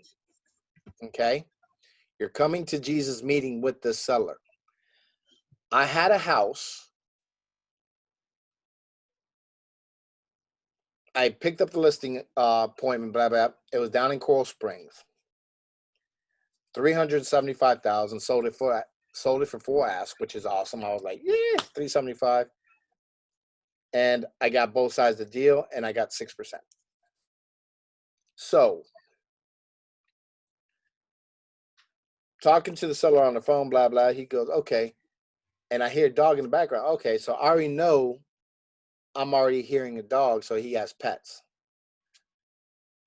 When it comes to a listing appointment, I like to get there at least 15 minutes before my actual appointment. So while I'm driving, I can actually see the neighborhood. I will drive past the house first so I can just take a nice glance at it. Then I will come back, say hi to Kathy. Hi, everybody. So then I'll come back and I gather my thoughts.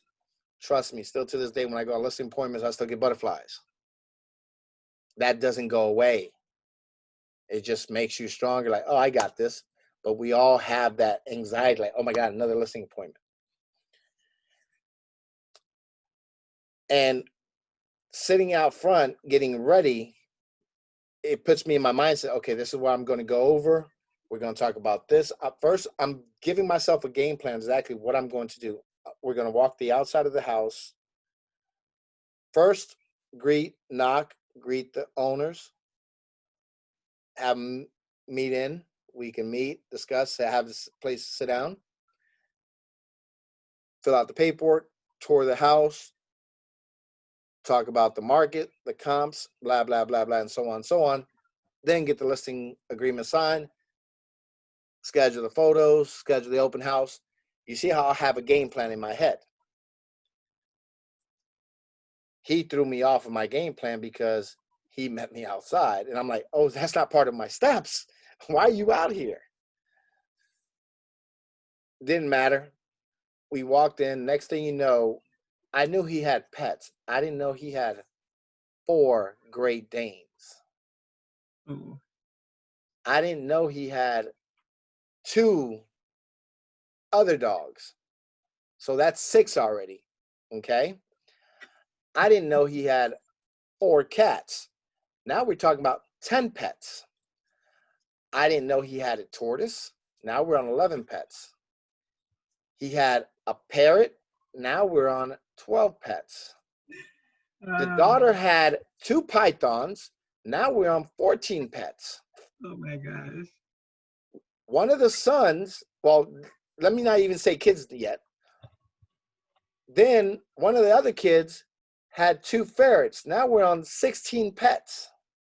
Okay. Husband and wife. So I already told you how many pets, 16.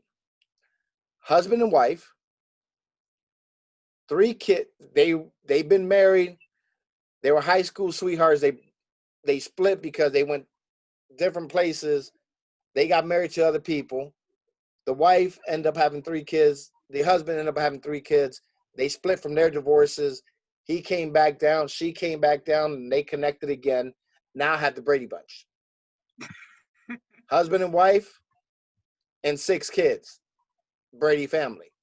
So I have 16 animals, 6 people, 6 kids, 4 adults. I mean, 8 people. 4-bedroom home, 2.5 bathrooms, 2-car garage. From what I thought it was a 2-car garage. But that's not the kicker. The kicker is when I walked in, this is how dark it was. No way. I'm not joking. So when I walked in, the living room's right here. Why is my...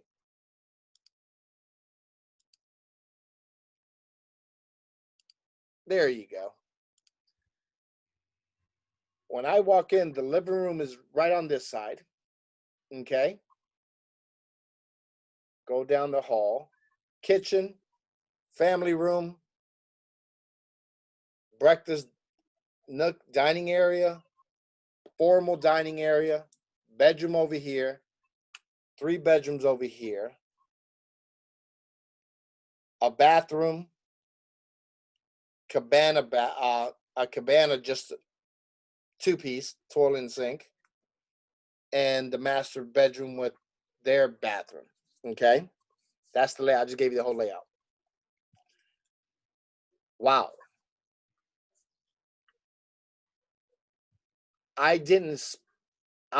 Once I start finding all these animals, something came into my head. I'm like, how am I going to do the showing? How am I going to stage this house? What the hell am I going to do? I quickly got on the phone, called my partner up, which is one of my handy person. I said, I need you guys to meet me in Coral Springs. We got some work to do. We're going through the whole price, blah, blah, blah. And then we started talking about price. I told, it's $385. Yeah, $385, $375. It doesn't matter. I asked them, so where do you think you want to list that? Thank God they go, I don't know. We want to get the most money. I'm like, okay. So the pricing wasn't going to be an issue. The pricing only an issue when the seller already has a price in his head and it doesn't meet your market, is not in the range of your market pricing. Luckily, he like, John, I don't know, I want the most money for my house. I'm like, okay. The market's telling me either 375, 385. I can't remember which one it was. I said, the market's telling me we should list your house at $375,000. Okay, good. He agreed. He goes, oh, that's more than what I was thinking. I'm like, awesome. Now we start touring the house. I said 2-car garage, right? When we walk into the garage, I'm walking into a laundry room. Then I look over and I got 1 car and a half. Because when they bought it, it was already converted that way. When I did my lien search and all that, nothing showed up. Okay. Now we're walking through, fine. I asked them, I said, what attracted you to this house when you first bought it? And their response is, this all comes down to goals of staging, making it decluttered. So I asked them, what attracted you to this house? They go, oh, it was bright, airy. I'm like, okay. Now let's fast forward that. Is it still bright and airy right now? She goes, no, John, I got my colors up there. I'm like, your colors, right? Yeah. Most people don't like black. Most people don't like purple or those dark, bold colors. She goes, so what are you trying to say? I said, if you leave that in there, when people come in, they're going to be already thinking about those dark colors and not picturing themselves in this property. Do you want that? No, I want people, okay, we need to change the paint. I'm not saying paint the whole house. I'm just saying paint the areas where you have these dark, dark colors. Luckily, I had my team there. I said, how much are you going to charge to paint this wall, this wall? It was only like 4 walls. But then I walked into the kids' room and I go, yeah, and paint the kids' rooms.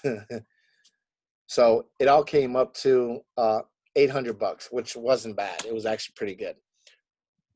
And that's also pressure washing and everything. Then we talked about the animal situation. Then we talked about this and that. That's how you start staging the home. If the house is vacant, bring a plant from your property. Bring some stuff that you don't need at your house and place it so it can look livable, because most people cannot envision themselves in an empty house. Or if you don't want to do that, I've done this. I hired a photographer and I had before and after pictures. So I had pictures of it currently vacant before, then the after it with staged furniture or virtual staging. You can also do that as well. You want to maximize. I wonder if they have it here. Hold on. I think they do. Yeah, here you go.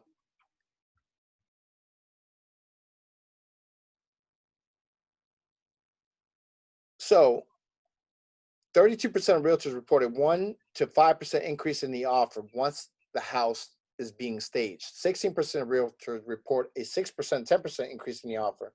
3% of realtors report 11 to 15% increase in the offer. If you want to stage a property, you're not staging the whole house. You're staging individual rooms, living room, dining room, kitchen, and the master bedroom. That's it. You're not staging each bedroom and so on and so on. You're just staging the main living areas that people are going to be concentrating the most. If you do a virtual staging, I would recommend you just stage 1, 2, 3, and 4. If you are millionaire real estate listing agents that I don't know about, you can go pay a company to come physically stage your home for a few $100s up to a couple thousand. Okay. I do have someone in my team, Zena. She's an interior designer and stager. She gives my sellers the bad news when I don't have to say, I'm sorry, your house smells like cats. Your house stinks because you have 30-something animals in here. I let her do that. I'm more of the good guy, like, hey, I'm here to sell your house. Zena's a bad person, so blame it all on her. Yeah, I know, I don't like her either. But I have her as my tool so she can give those things, because when I go to a listing house and it's older people have been living there for 60-something years and they have pictures of all their grandkids and all this, I'm like, I'm sorry, but you need to remove all your pictures. I let her do that. Your job is to get the house listed and sold. Okay? Do you guys see the importance of of staging? Yes. Now, marketing the listing. this is a 14-step plan, marketing plan, which I love it. I have my own. Okay. I did incorporate a lot of this. Most agents do 3 Ps. The 3 Ps. Put the listing on the MLS, put a sign in the yard, and the last P is pray. Pray that somebody comes with an offer to buy their house. Us as Keller Williams agent, us as in this office, us as me, Dolores, or Alex, we will show you how to do the 4th P as prospect. We will show you how to go find that buyer for your listing. We will show you how to start finding buyers. We will show you how to promote it.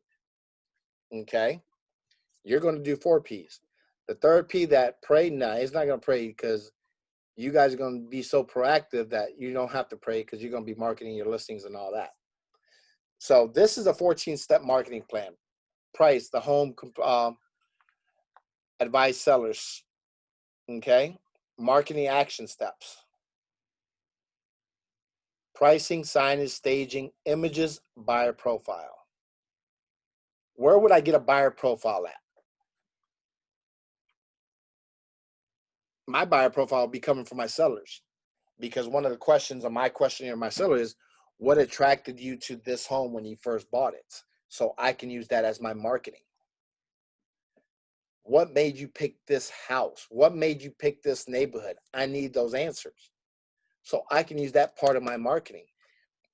Is there something about this house that's very unique? So I can use that to my marketing. The pricing, the market is going to tell me where to list the price at. The signage is going to be different. If it's in an HOA community and they don't allow signage, you have to be creative. Some HOAs will only have you do a 2x4 sign. Some will let you put any sign. Some will only let you put that sign behind me, this type of sign. Okay? Some will let you put a magnetic sign.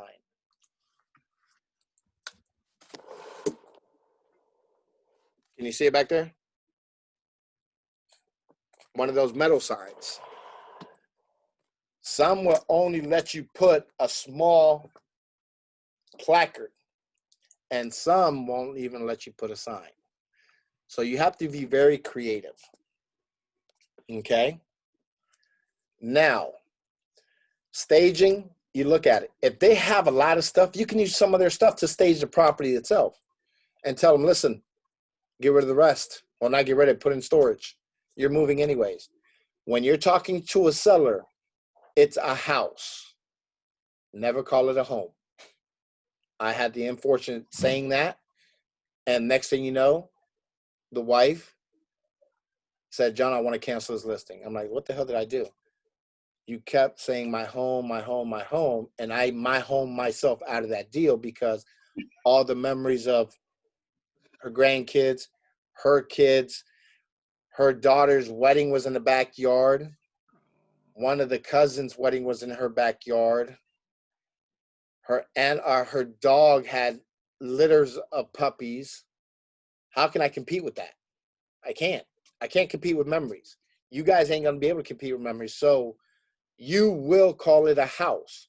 When you're talking to a buyer, you will call it their home. Remember that. A house for sellers or the property, and a home for the buyers. So don't home your way out of a deal, especially when you're talking to a seller. What else? Images. Don't be lazy and use your 1980 cell phone trying to take pictures of the property. Pay for some. Put yourself on a budget. Okay? When you're first starting out, you don't have a budget because you're not making any money. So I'm going to give you a tip because I know some of you guys are going to use your iPhones. I know that. If you guys have a nice camera, use that. I'd rather use that than your iPhone. My iPhone takes awesome pictures. I got the 11. That's awesome. So when you take pictures, take them this way. Not this way. This way. One more time. Not this way. This way. You're going to see a lot of people taking pictures this way. Sometimes, and when they upload it, they take them upside down. I'm like, how the heck can you put a picture upside down? Damn it. Really? And you can see it right there when you put it on. You're like, yeah, it's upside down. It's good. No. You're representing yourself. Now, take 10 minutes because we're going to go over pictures and we're going to go over how to start marketing on social media and stuff like that. So go ahead and take 10 minutes. I already been blabbing for an hour. Hey, John, what's Yeah. that app you use? Open houses, 1% might buy the house. Oh, hold on for 1 second. Hello, John. I'm on Rampa. What's up?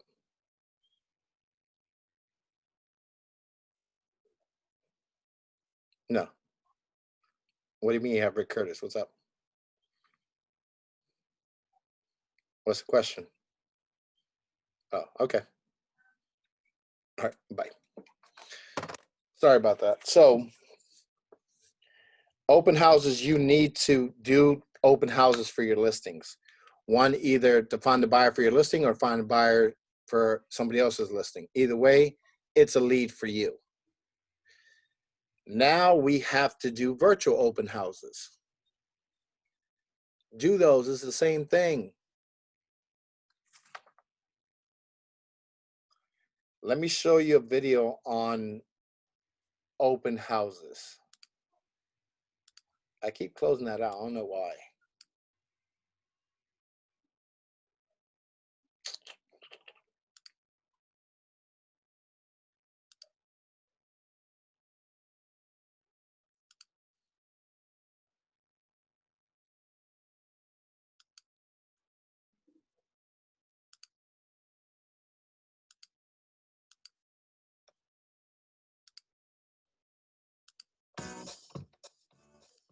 Can you guys hear it? Hi, Yes. I'm Chris Suarez, and I'm here to tell you the 5 steps to holding an effective open house. Take notes. He gives you some good pointers. Step 1, strategically select the home you want to hold open.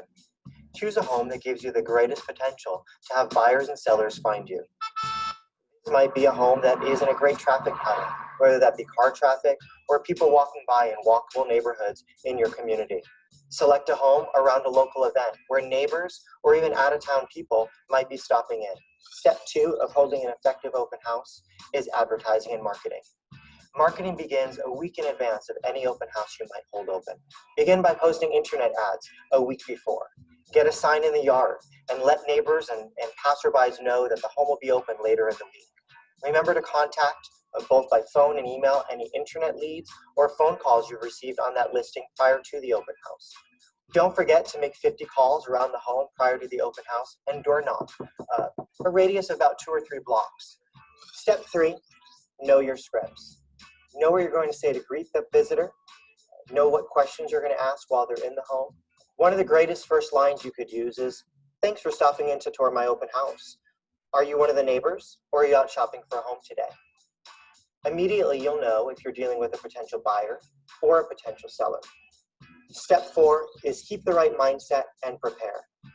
Remember, open houses are lead generation activities, so enter with the mindset of a top lead generator.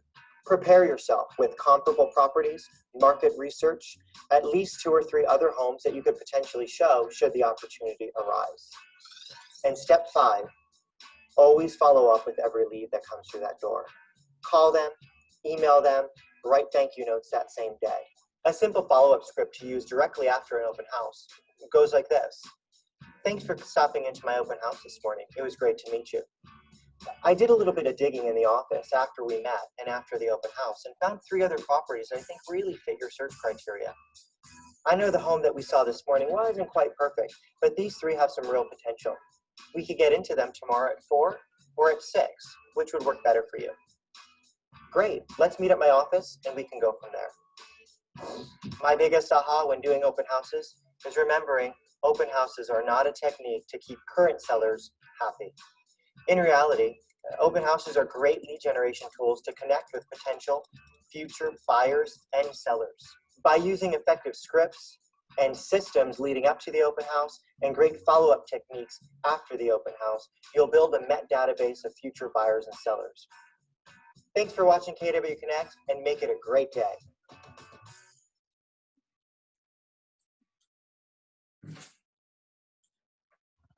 What do you guys think? Ahas.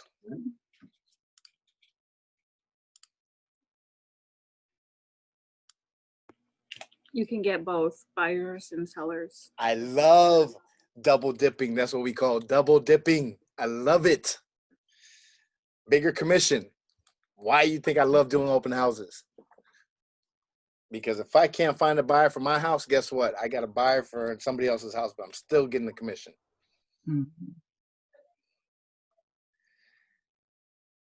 Here it is. Now,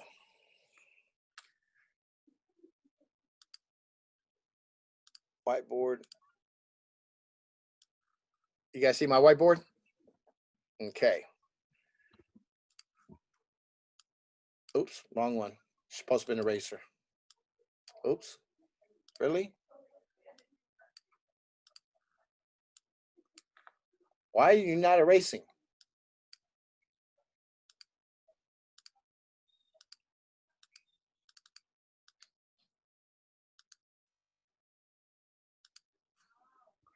So,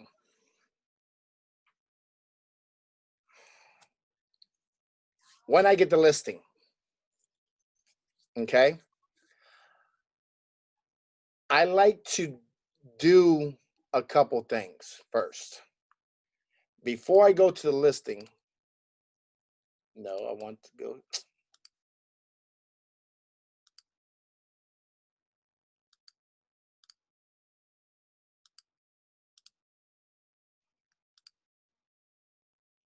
Did I just really lose my thing? Okay, so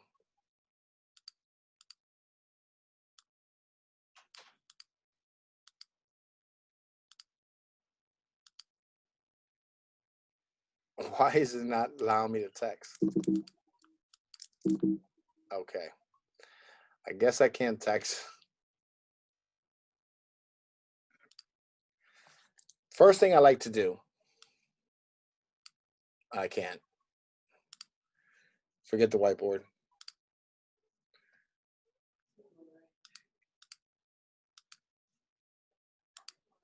What do you guys, let me put it back on my screen. So guess what? You're gonna have to take notes. First thing I like to do, I like to go on Instagram right before my listing. I'm out front of the house. Make a video. Hey guys, this is John Velez of the Velez Group or whatever. I'm here at 123 Main Street, or I'm here for a listing appointment that I'm about to get the seller sign my listing agreement. But this house is coming soon. It's a 3-bedroom, 2-bath in whatever city or community. In Boynton Beach, in the beautiful community of whatever. Can't hear you now, John. You can't hear me? I can hear you. I'm up. Can you guys hear me? Yes. Kathy, can you hear me now? Barely. It's like you're talking from across the room. Oh, I don't know what I done, but I didn't do anything. I can't do You anything. guys can all hear him? Yeah, I hear hear him them just fine. fine. Well, Yeah. nothing changed for me, huh? So I like to do an Instagram video because then I can share it to my Facebook group, my Facebook business page. That's the first thing I do. Then once I get out of the listing, I take a picture up front of the house and I put it on Instagram, coming soon, a quick description.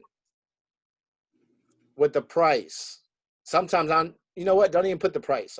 I'm going away from putting the price on. I want people to contact me if they want to know the price. So just grab a picture, put on it, coming soon. I'm going to show you what app I use. Hold on. Let me see. Where's my Agile app?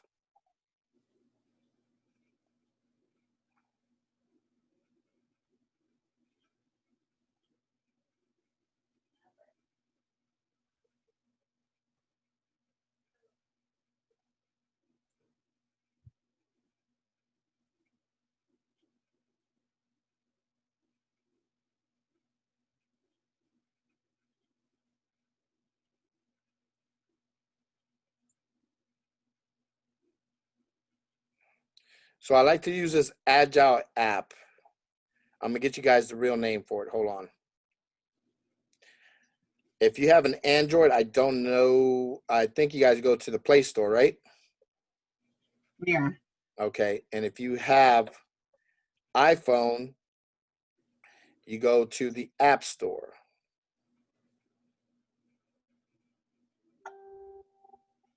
I'm going to show you a couple apps that I use, that I constantly use once it downloads. Here we go. So I'm going to share my iPhone. Hold on. New share. iPhone via AirPlay.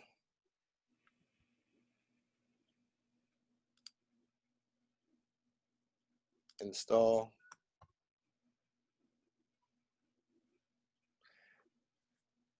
And what's that app for? I'll show you exactly what that's for. There you go. You're on my iPhone. So now, here's the Agile Pro username. Just going under agent login. So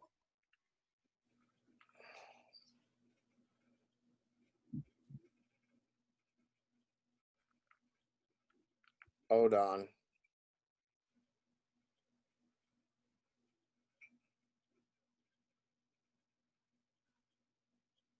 Okay, I guess it must be my MLS 270.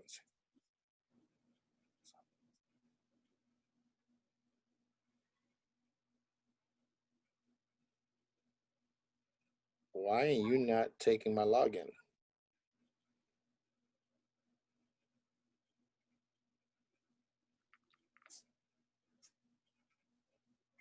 Are you kidding me?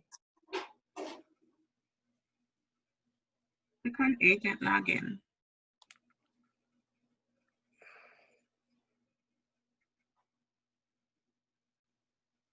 Well, it don't matter. This app right here, when you create one, once you take a picture on it, you have options say coming soon, just listed, open house, and stuff like that. Now, I also use these types of other apps.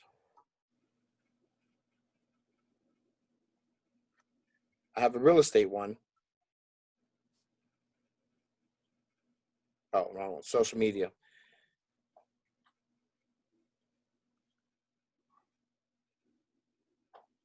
Damn, that's slow. I'm already on my app.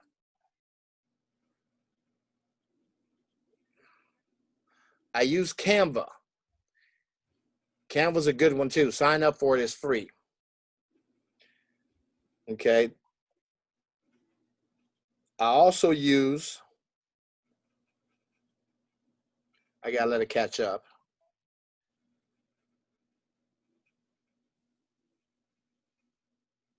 I also use layouts. You guys see layouts? I use Ripple, R-I-P-L. Ripple is awesome. You can create videos with it. You can create a couple things. I use ColorPop. So let's say the house is very bright or whatever, or it has a very nice front yard with roses and stuff like that. I will put the house in black and white and just give a color pop to the roses. So let me show you what I'm talking about. Come on, load up.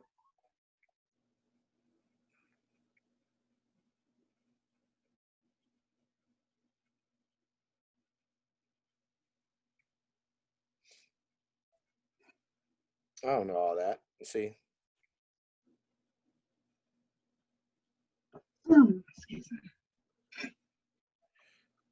I don't know all my passwords.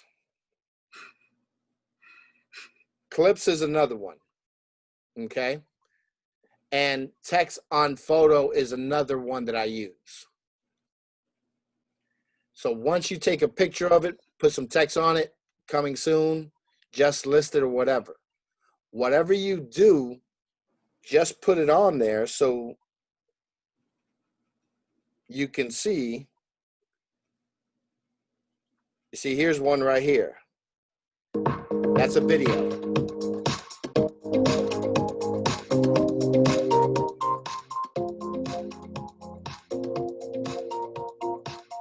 You see what I'm talking about? 31 views. Or this is through design right here on command. I created that through design.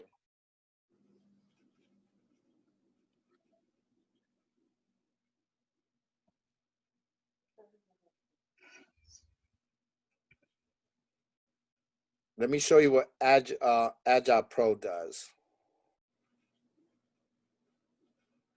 You see this right there?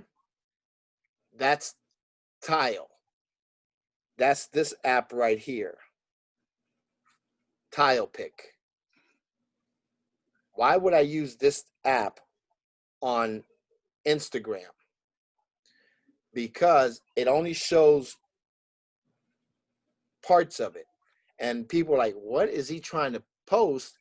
And I actually get them to go into my pictures if they're friends with me. Because I have one with KW, and I have another one with the Velez group.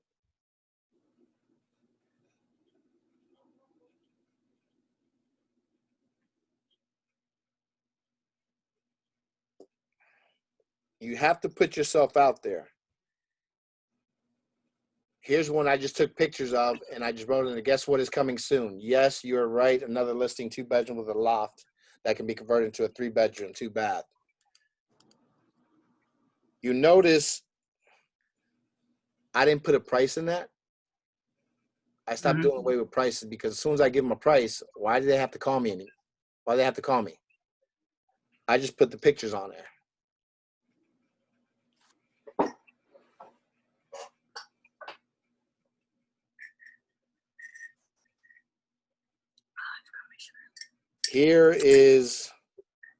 This is text on pictures.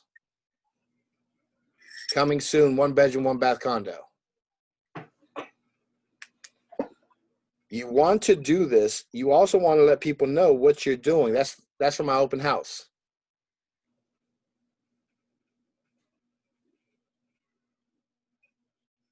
This is Agile Pro. You see where it says just sold? Coming soon.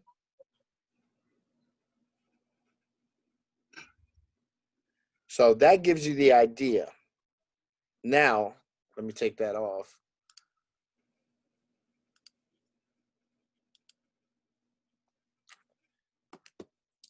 So far, before I get into the listing appointment, I do a quick video, let people know, hey, this listing is going to be coming soon. When I come out, take a picture of it, post it on Instagram, social media. Before once I get in my car, before I take off, I email everyone, all the agents that I know, hey, heads up, coming soon, Boynton Beach, Rainbow Lakes community, 2-bedroom, 2-bath, 2-car garage, single family home, low HOA or whatever it is. Now I do something, once I do that, because that takes me a little bit to email it because I have all my agents in a group. I do what I call the 10-10-20 rule.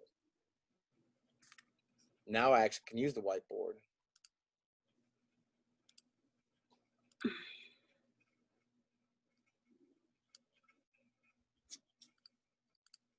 Can you guys see the whiteboard? Okay, good. So let's say this is the house. This is my 10-10-20 rule. I go 10 homes this way, 10 homes this way, and 20 homes in the front of the house and 20 homes in the back of the house. Did we lose someone? I think we lost Kathy. I think she couldn't. Kathy. Yeah, she couldn't hear me. Let's give her a minute, come back on.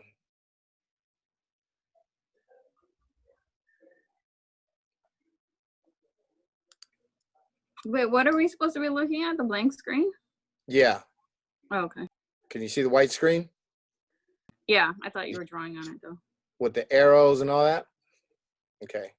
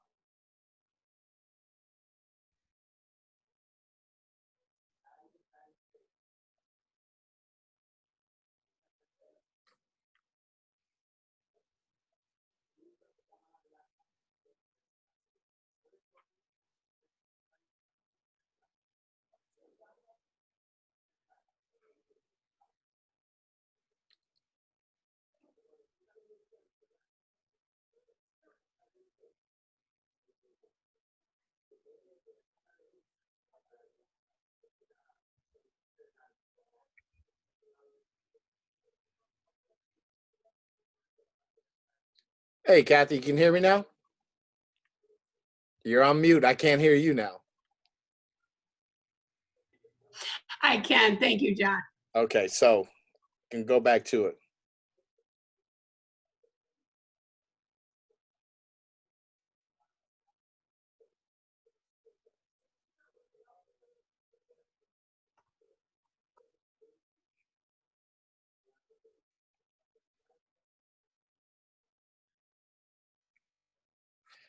So I do what's called the 10-10-20 rule. So 10 to the left, 10 to the right, 20 in front of the house, 20 behind the house. That means I'm door knocking. I'm letting people know, hey, how you doing? My name is John Velez. I am a real estate agent in Keller Williams Preferred Partners in West Palm Beach, and I just picked up the listing next door to you. Who do you know that might want to come live in this neighborhood before I pick your neighbors? Why would I say that?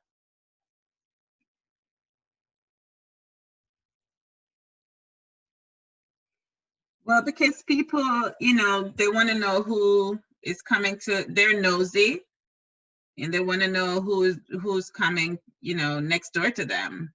Yep.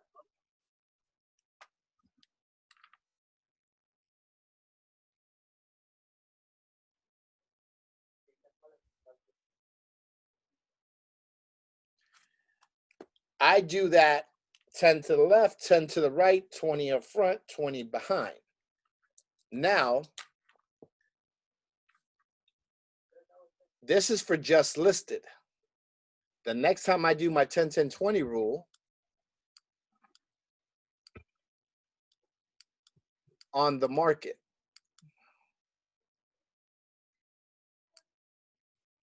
I don't have my signature pad so I can just write on it, so I'm trying to use my mouse.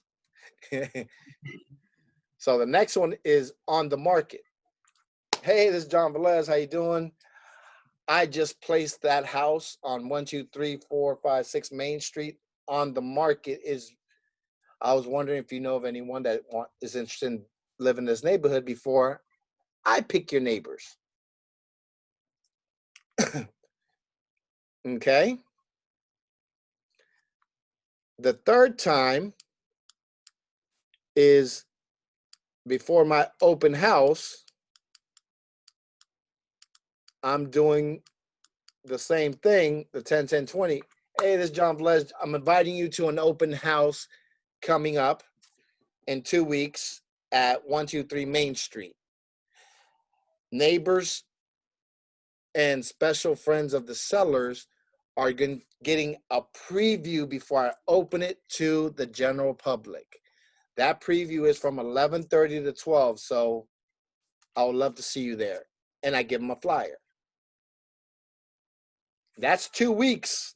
I do this before the actual open house. Now, the next time I'm doing my 10, 10, 20 rule is the day before the open house. Before. I'm knocking the same thing, the same script. The script ain't changing. Why does my script not change? The reason why is because I'm trying to get some leads out of them. That's it. Hey, this is John Velez. How you doing? Yeah, you see me here a couple times now. I'm just reminding you my open house is tomorrow from this time, but since you're one of the neighbors on the same street, you have a special preview invitation from 11:30 to 12. Okay? Now, the next time, when I have it under contract, but now this script is going to change. Hey, how you doing? I'm the listing agent for 123 Main Street. Just letting you know I have the property under contract, but now I have a couple buyers that want to live in the same neighborhood. Do you know of anyone that's interested in selling that I can go talk to? Because I still have buyers that want to buy in this neighborhood. You notice how I went from buyers and switching now to sellers? The next time I'm doing my 10, 10, 20 rule, when the property has sold. Hey, how you doing? Just letting you know, the house that 123 Main Street, I was a listing agent. I just sold it yesterday. I'm in the neighborhood letting people know because I still have buyers that want to live in this neighborhood. Who do you know that I can go talk to that's interested in selling? Or that might be interested in selling that I can talk to right now?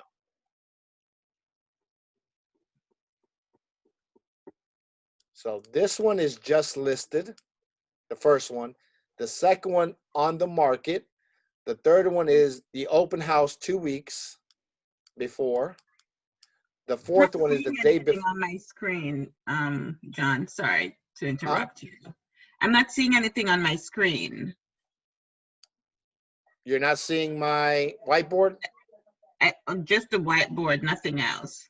You don't see nothing written on that whiteboard? No. Okay, so how many whiteboards do I have? So all this time I've been writing here and you guys have not been seeing it? Correct. What is going on?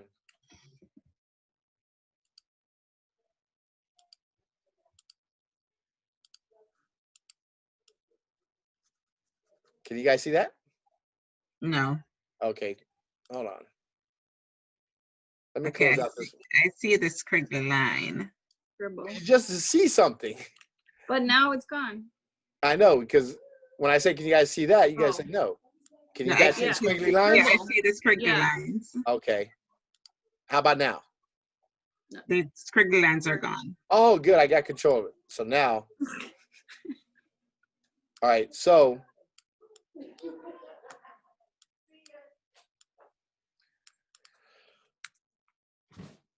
First step, just listed. Second, on the market. Third, 2 weeks before open house. Fourth touch, a day before open house. Fifth touch, under contract. And the 6 touch, sold.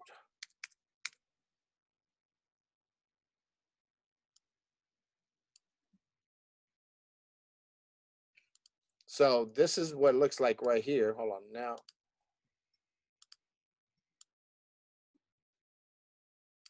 What is that? I don't want to do that. Undo. So the house is here. Can you guys see my drawing now? Mhm. Okay. You're going to do 10 this way, 10 this way, 20,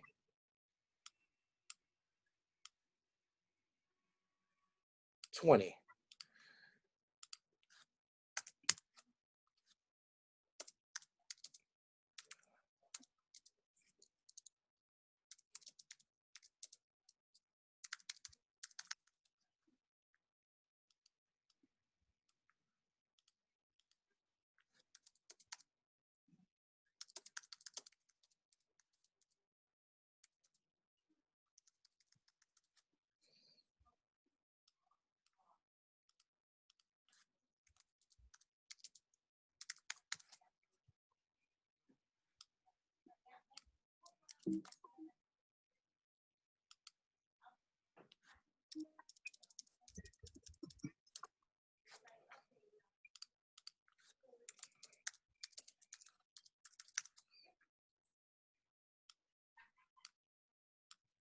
That is my 10, 10, 20 rule.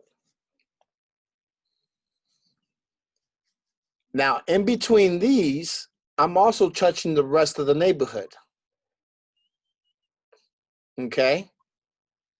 So, just listed on the market.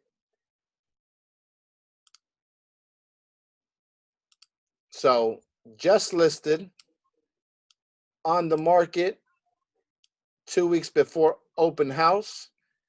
Day of open house, I am targeting buyers.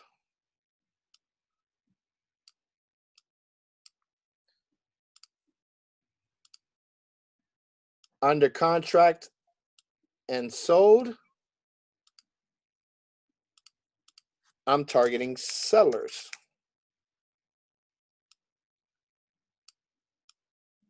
With the same property.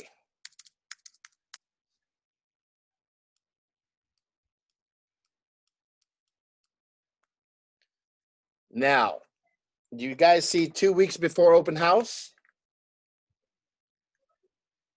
I am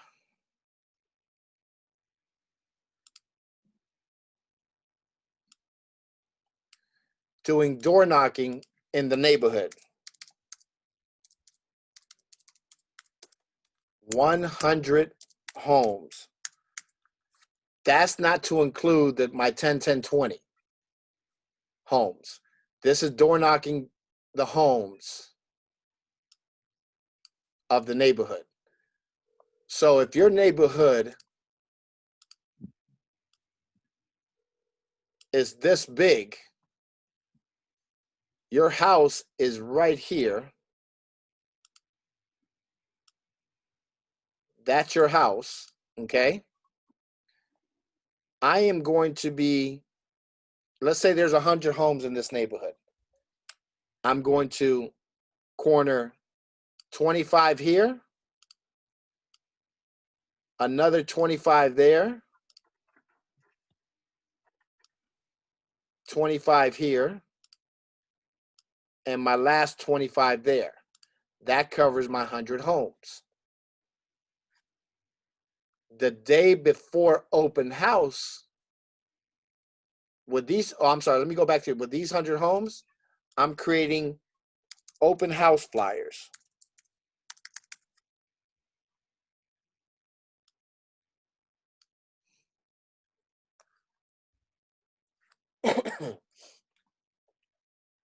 That's an open house flyer. I think I have some.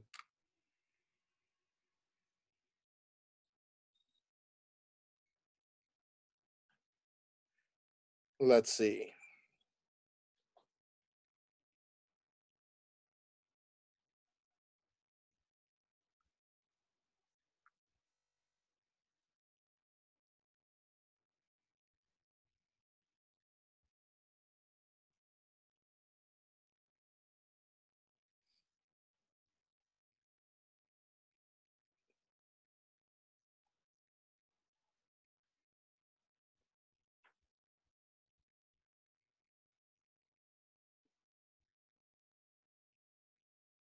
I wish you could just scroll to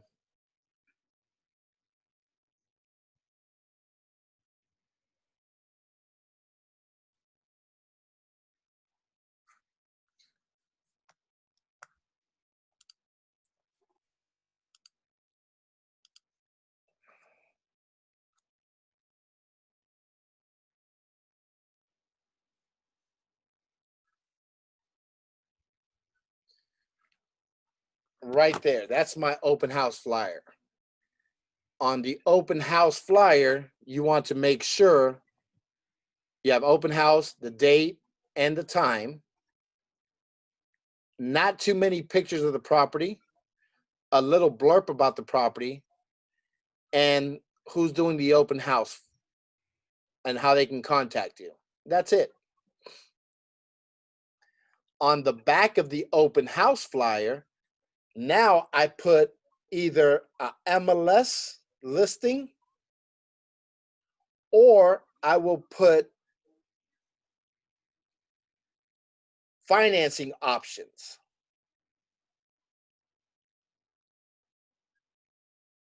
Okay? You can create these in design as well, in Command.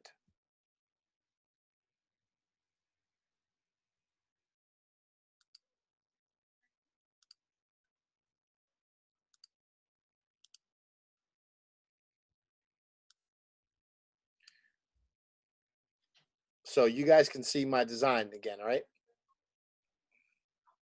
My funky lines and all that. Okay. Yeah. Any questions?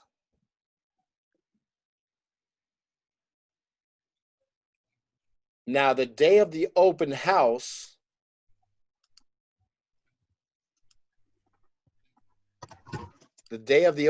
here,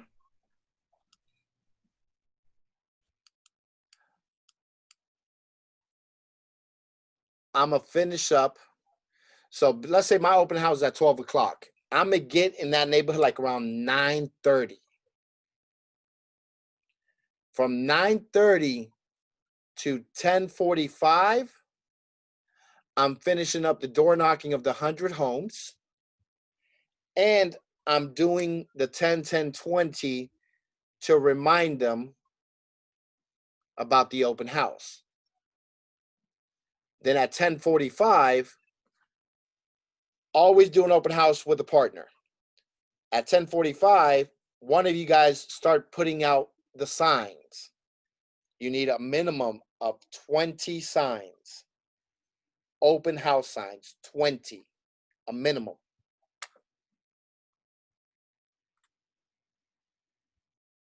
And the last open house sign you will put up is to be the one on the property.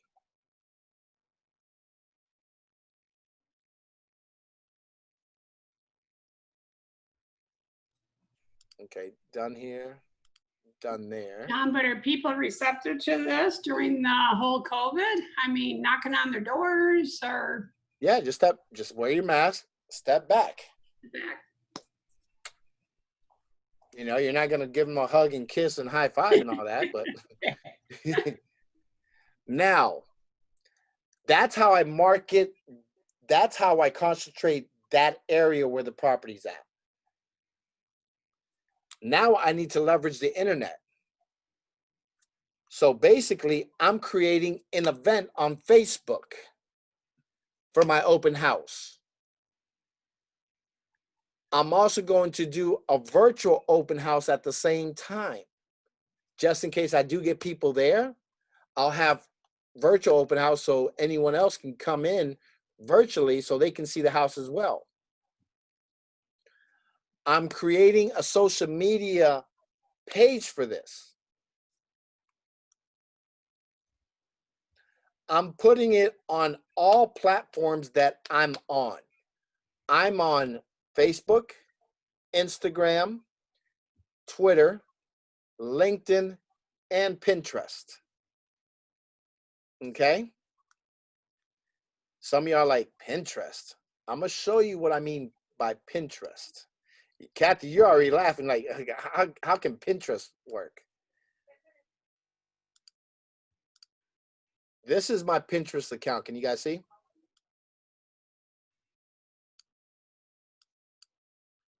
I'm at 1,200 monthly viewers. That's how Pinterest works. I have people constantly pinning my stuff. So if I promote my open houses, if I promote my real estate market reports and stuff like that, people are going to see it. So like I said, promote Facebook, Instagram, Twitter, LinkedIn, and Pinterest. Those are the platforms that I'm on.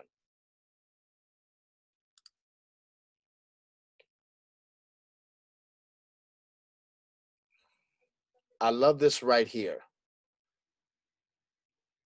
Twitter. Twitter is another amazing way to keep connected to your clients. Twitter gives you 140 characters or less to give updates to your followers, but your open house, you can use hashtags to connect with your market and extend your posting. You see this? Use images you post on Facebook. Twitter tips about moving and staging. Market a new real estate listing. Set up a Pinterest board. You see right there, Pinterest board for your real estate listing. Engage when you see social media for real estate. Use contests and sweepstakes. When I do my open house, I buy $21 scratch offs. You know, like the ones win $5,000 for life and stuff like that. Why would I do that?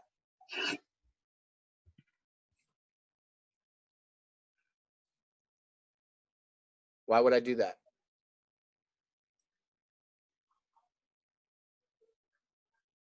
Anyone?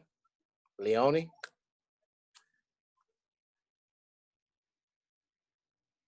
Okay. So the reason I do that is because most people that come to open houses, sometimes they'll give you a false number, false email address, or a false address. So what I tell them is, listen, I'm doing a raffle on scratch offs, win $5,000 for life. I will mail you the ticket to your mailbox, to your address. I'm going to send you an email before I mail it to you. So make sure you give me the accurate email address and your address, okay? I'm going to get accurate phone numbers, emails, and addresses because people love free stuff. That works. Communication with the seller is the most important thing as a listing agent. I communicate with my seller twice a week, on Fridays and on Mondays. I communicate with my buyers every single day because something must change.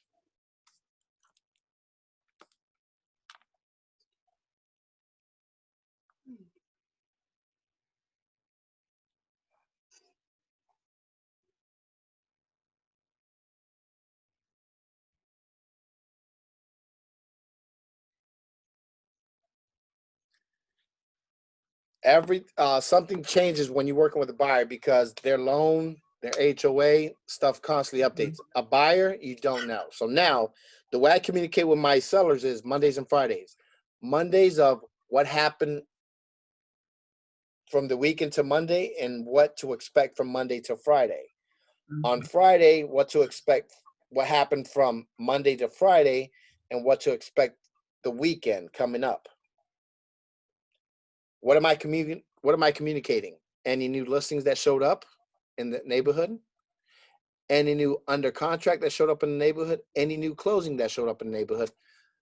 How many people viewed the property, asked for a showing? How many offers we received? You see how I'm giving stuff? You're communicating with the seller as much as possible. The day you stop communicating, the day your listing will expire, the day somebody like me will come grab that listing and sell it. Okay?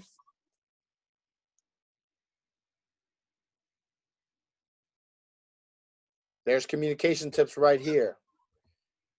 If you're going to promise them something, don't overpromise. Always underpromise, overdeliver. Because if you overpromise and you can't come through, your word doesn't mean squat.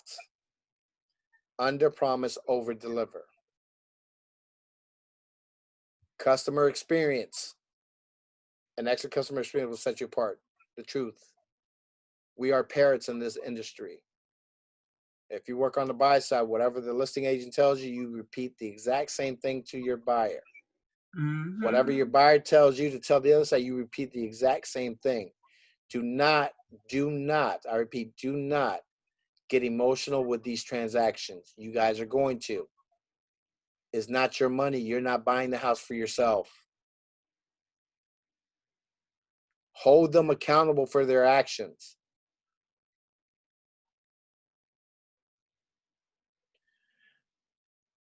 I'm going to show you this video.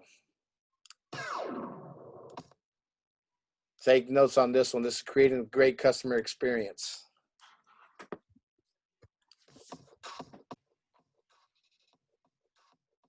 Hi, I'm Josh Bath, and I'm here to talk to you about creating a wow experience with your clients. Creating that wow experience with your clients starts right from the initial interview. When you're sitting down with them and you're listening to them and you're asking them good questions, that's really what sets you apart from the rest of the agents that just go in there and talk. The mindset should be not, what am I going to ask them next, before they've even finished their sentence with you. The mindset should be, what are you saying to me? A couple things that I do to establish a really good wow experience for my clients. I tell them that a photographer is going to contact them. I tell them that a home stager is going to contact them. And after that's done, I follow up with them. And I ask them, so how was your experience with my photographer? Now, I already know that the photographer I've chosen is incredible, and they're going to deliver great service the way I deliver great service, except I get to use the service they use as an extension for the energy I'm creating with them in that wow experience. Once their home's listed, how I continue on with that wow experience, It's I just 3 communicate o'clock. with them almost every other day. And that communication is either by phone, by text, or a follow-up on an email. The advice I would give you, if you're looking for a place to begin, I'd sit down with a notepad, paper, in a quiet place, and just start writing out naturally in your mind everything that you do from the moment you've sat in their living room to the moment you've gone back to the office and handed the file to your assistant. How are you communicating with them? What are you doing? These are all incredible steps to communicate back to your seller, because normally they don't know what's going on. And if you're telling them what you're doing, you're helping them remove some of that fear and building confidence and trust in you, which is exactly what creates that wow experience. For people thinking that they need to do something big and as a result never doing anything at all, go back to small. It's not about being over the top and big. Sometimes wow is just following up with them when you said you were going to follow up with them. Or it could just be as simple as paying attention to some of their needs, like they don't have time to cut the grass. Maybe you might hire someone to cut the grass. That'll blow their mind. And for you, you can hire a local neighborhood kid. That doesn't cost very much. Little things like that, though, go a long way for referral business and creating a customer for life and that wow experience.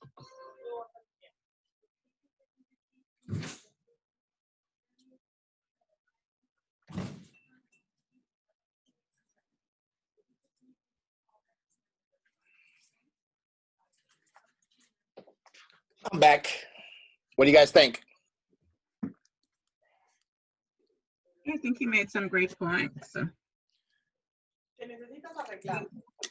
Great points like what? Keep it simple, not to overthink the whole thing, Nope.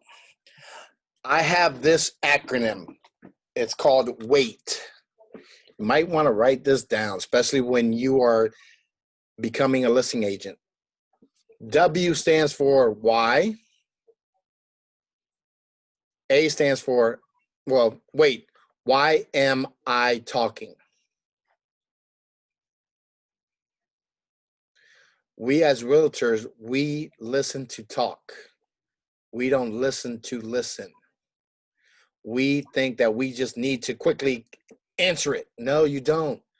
Just wait. Let them finish talking, because 9 times out of 10, they're going to talk so much that they're going to give you the deal without you even realizing you got the deal. And you just became their listing agent. So just wait. Why am I talking? I look at that word every time I go into a listing appointment. I make sure I keep that in my mind. Wait, wait, wait, wait. Let them finish talking, because 9 times out of 10, by the time they get done talking, they'll be like, so where do I sign? And you're like, I didn't do nothing. Okay, yeah, you sign right here. Let's roll. Let's get this thing going. So use wait. This is another one. Super. I use S, sincerity. U, understanding. P, predictability. E, exceptionality. And R, responsiveness. If a client calls you, especially a seller, don't wait 24 hours. If you tell a seller, listen, I'm going to have my vendor call you within the next 24 hours, as soon as you hang up with that seller, you're calling your vendor, hey, give my client a call right now.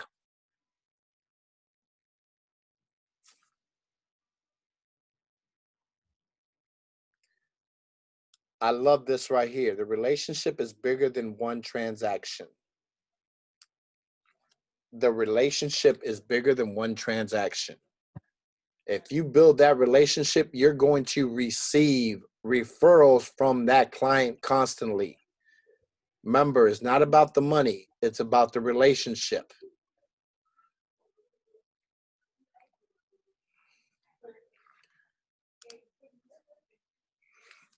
I just gave you guys exactly everything I do as a listing agent. There's nothing more I can pour out. That's what I do. Any questions? Anything?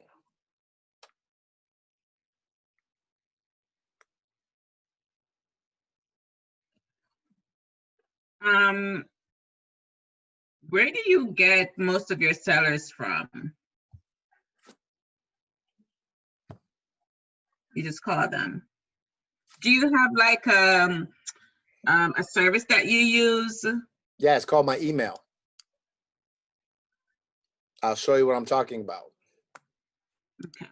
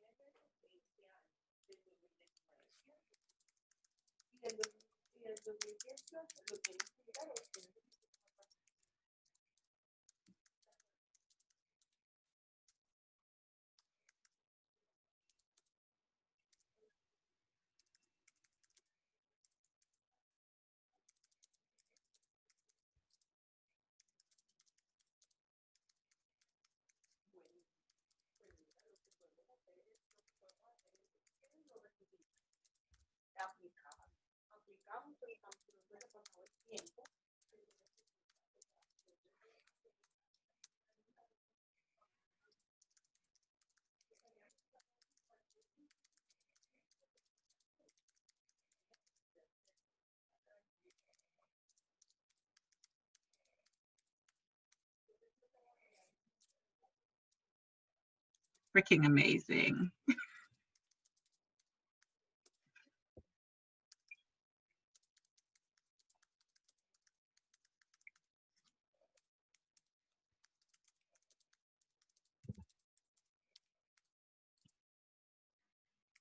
Can you maximize your screen so I could snap a picture?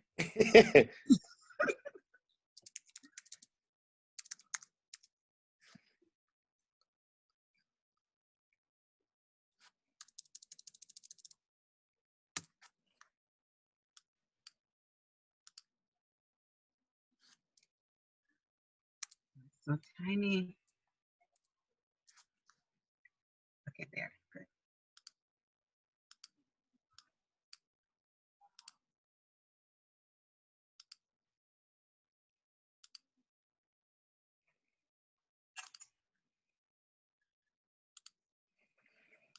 That's what I do.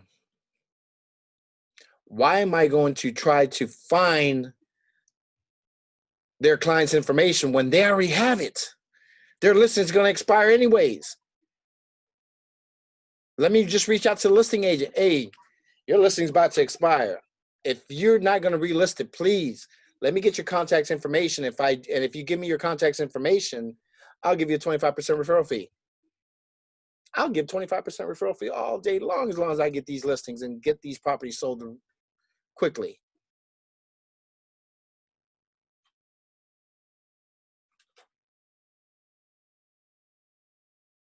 Not rocket science. It's just thinking outside the box. Definitely thinking outside the box. All right. Why am I going to be calling for sale by owners when I got to? Yes. You're still going on here, huh? Yeah. What about that? Cool. Uh-oh, I'm Can in I ask trouble. you some questions when you're done? Yeah. Okay, thanks. I'm in trouble now. Oh, damn. You wish. So why am I going to be looking for sale by owners when I got listing agents that have clients' real names and real numbers and real email addresses that I can reach out to them? I'm not negotiating my commission, somebody else's commission. These people already want to sell. That listing agent just didn't sell it the right way. They let that listing be overpriced. It works. Okay. Answer your question, Leonie? Yes, sir. Now, any other questions? Any ahas? This was an aha. And what's so awesome about this? Because I could even go back and pull, listings that didn't sell and, for months and just churn out those emails to those. Why go back and pull listings? I have it as a hot sheet. It comes to me every morning at 8 o'clock in the morning. Oh, how do you set it up? On the MLS, create a hot sheet for expireds. Oh, okay. Just like you create a search criteria for your buyers, you create one for yourself just with expireds. And what if we happen to hit the same ones that you're hitting at the same time? Guess what? Not everybody's going to work with everyone. Okay.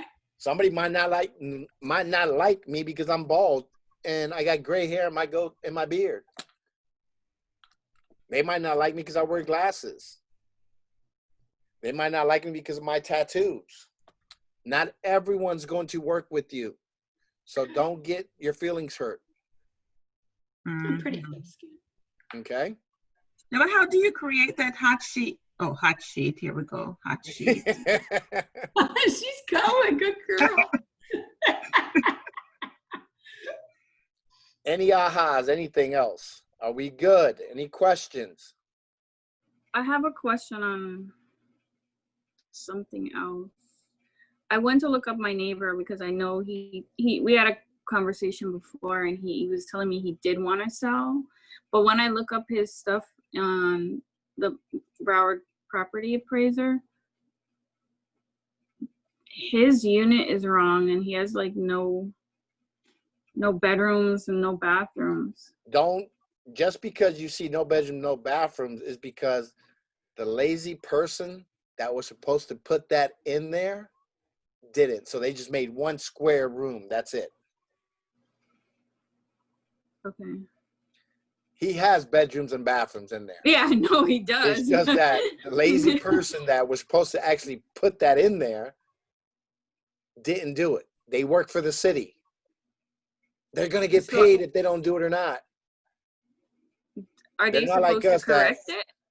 Huh? Are they supposed to correct it? They are. It'll get corrected. It'll get corrected for the next time that unit sells with their appraisal guy, because they'll come out and draw everything. Then hopefully it'll go back to the same person, goes to somebody else that's inputting the information. Got you. Okay. Cool. We good? All right. You guys, I will see you tomorrow. Tomorrow we'll be writing contracts. For ramp up, we'll be doing contracts. Have a good day. If you guys need my Thank you, number, John. call me. There's my number there. Not the office number, my mobile. If you guys need any question, there it is. Anita, you already have it. And Leonie, I know you already have it. So, Yeah. Thank you. all right, guys. Thank you. Bye. you. And I did Have a record good this, so day. I'll send this recording to Chevelle. And if you guys want it, she'll send it out. All right.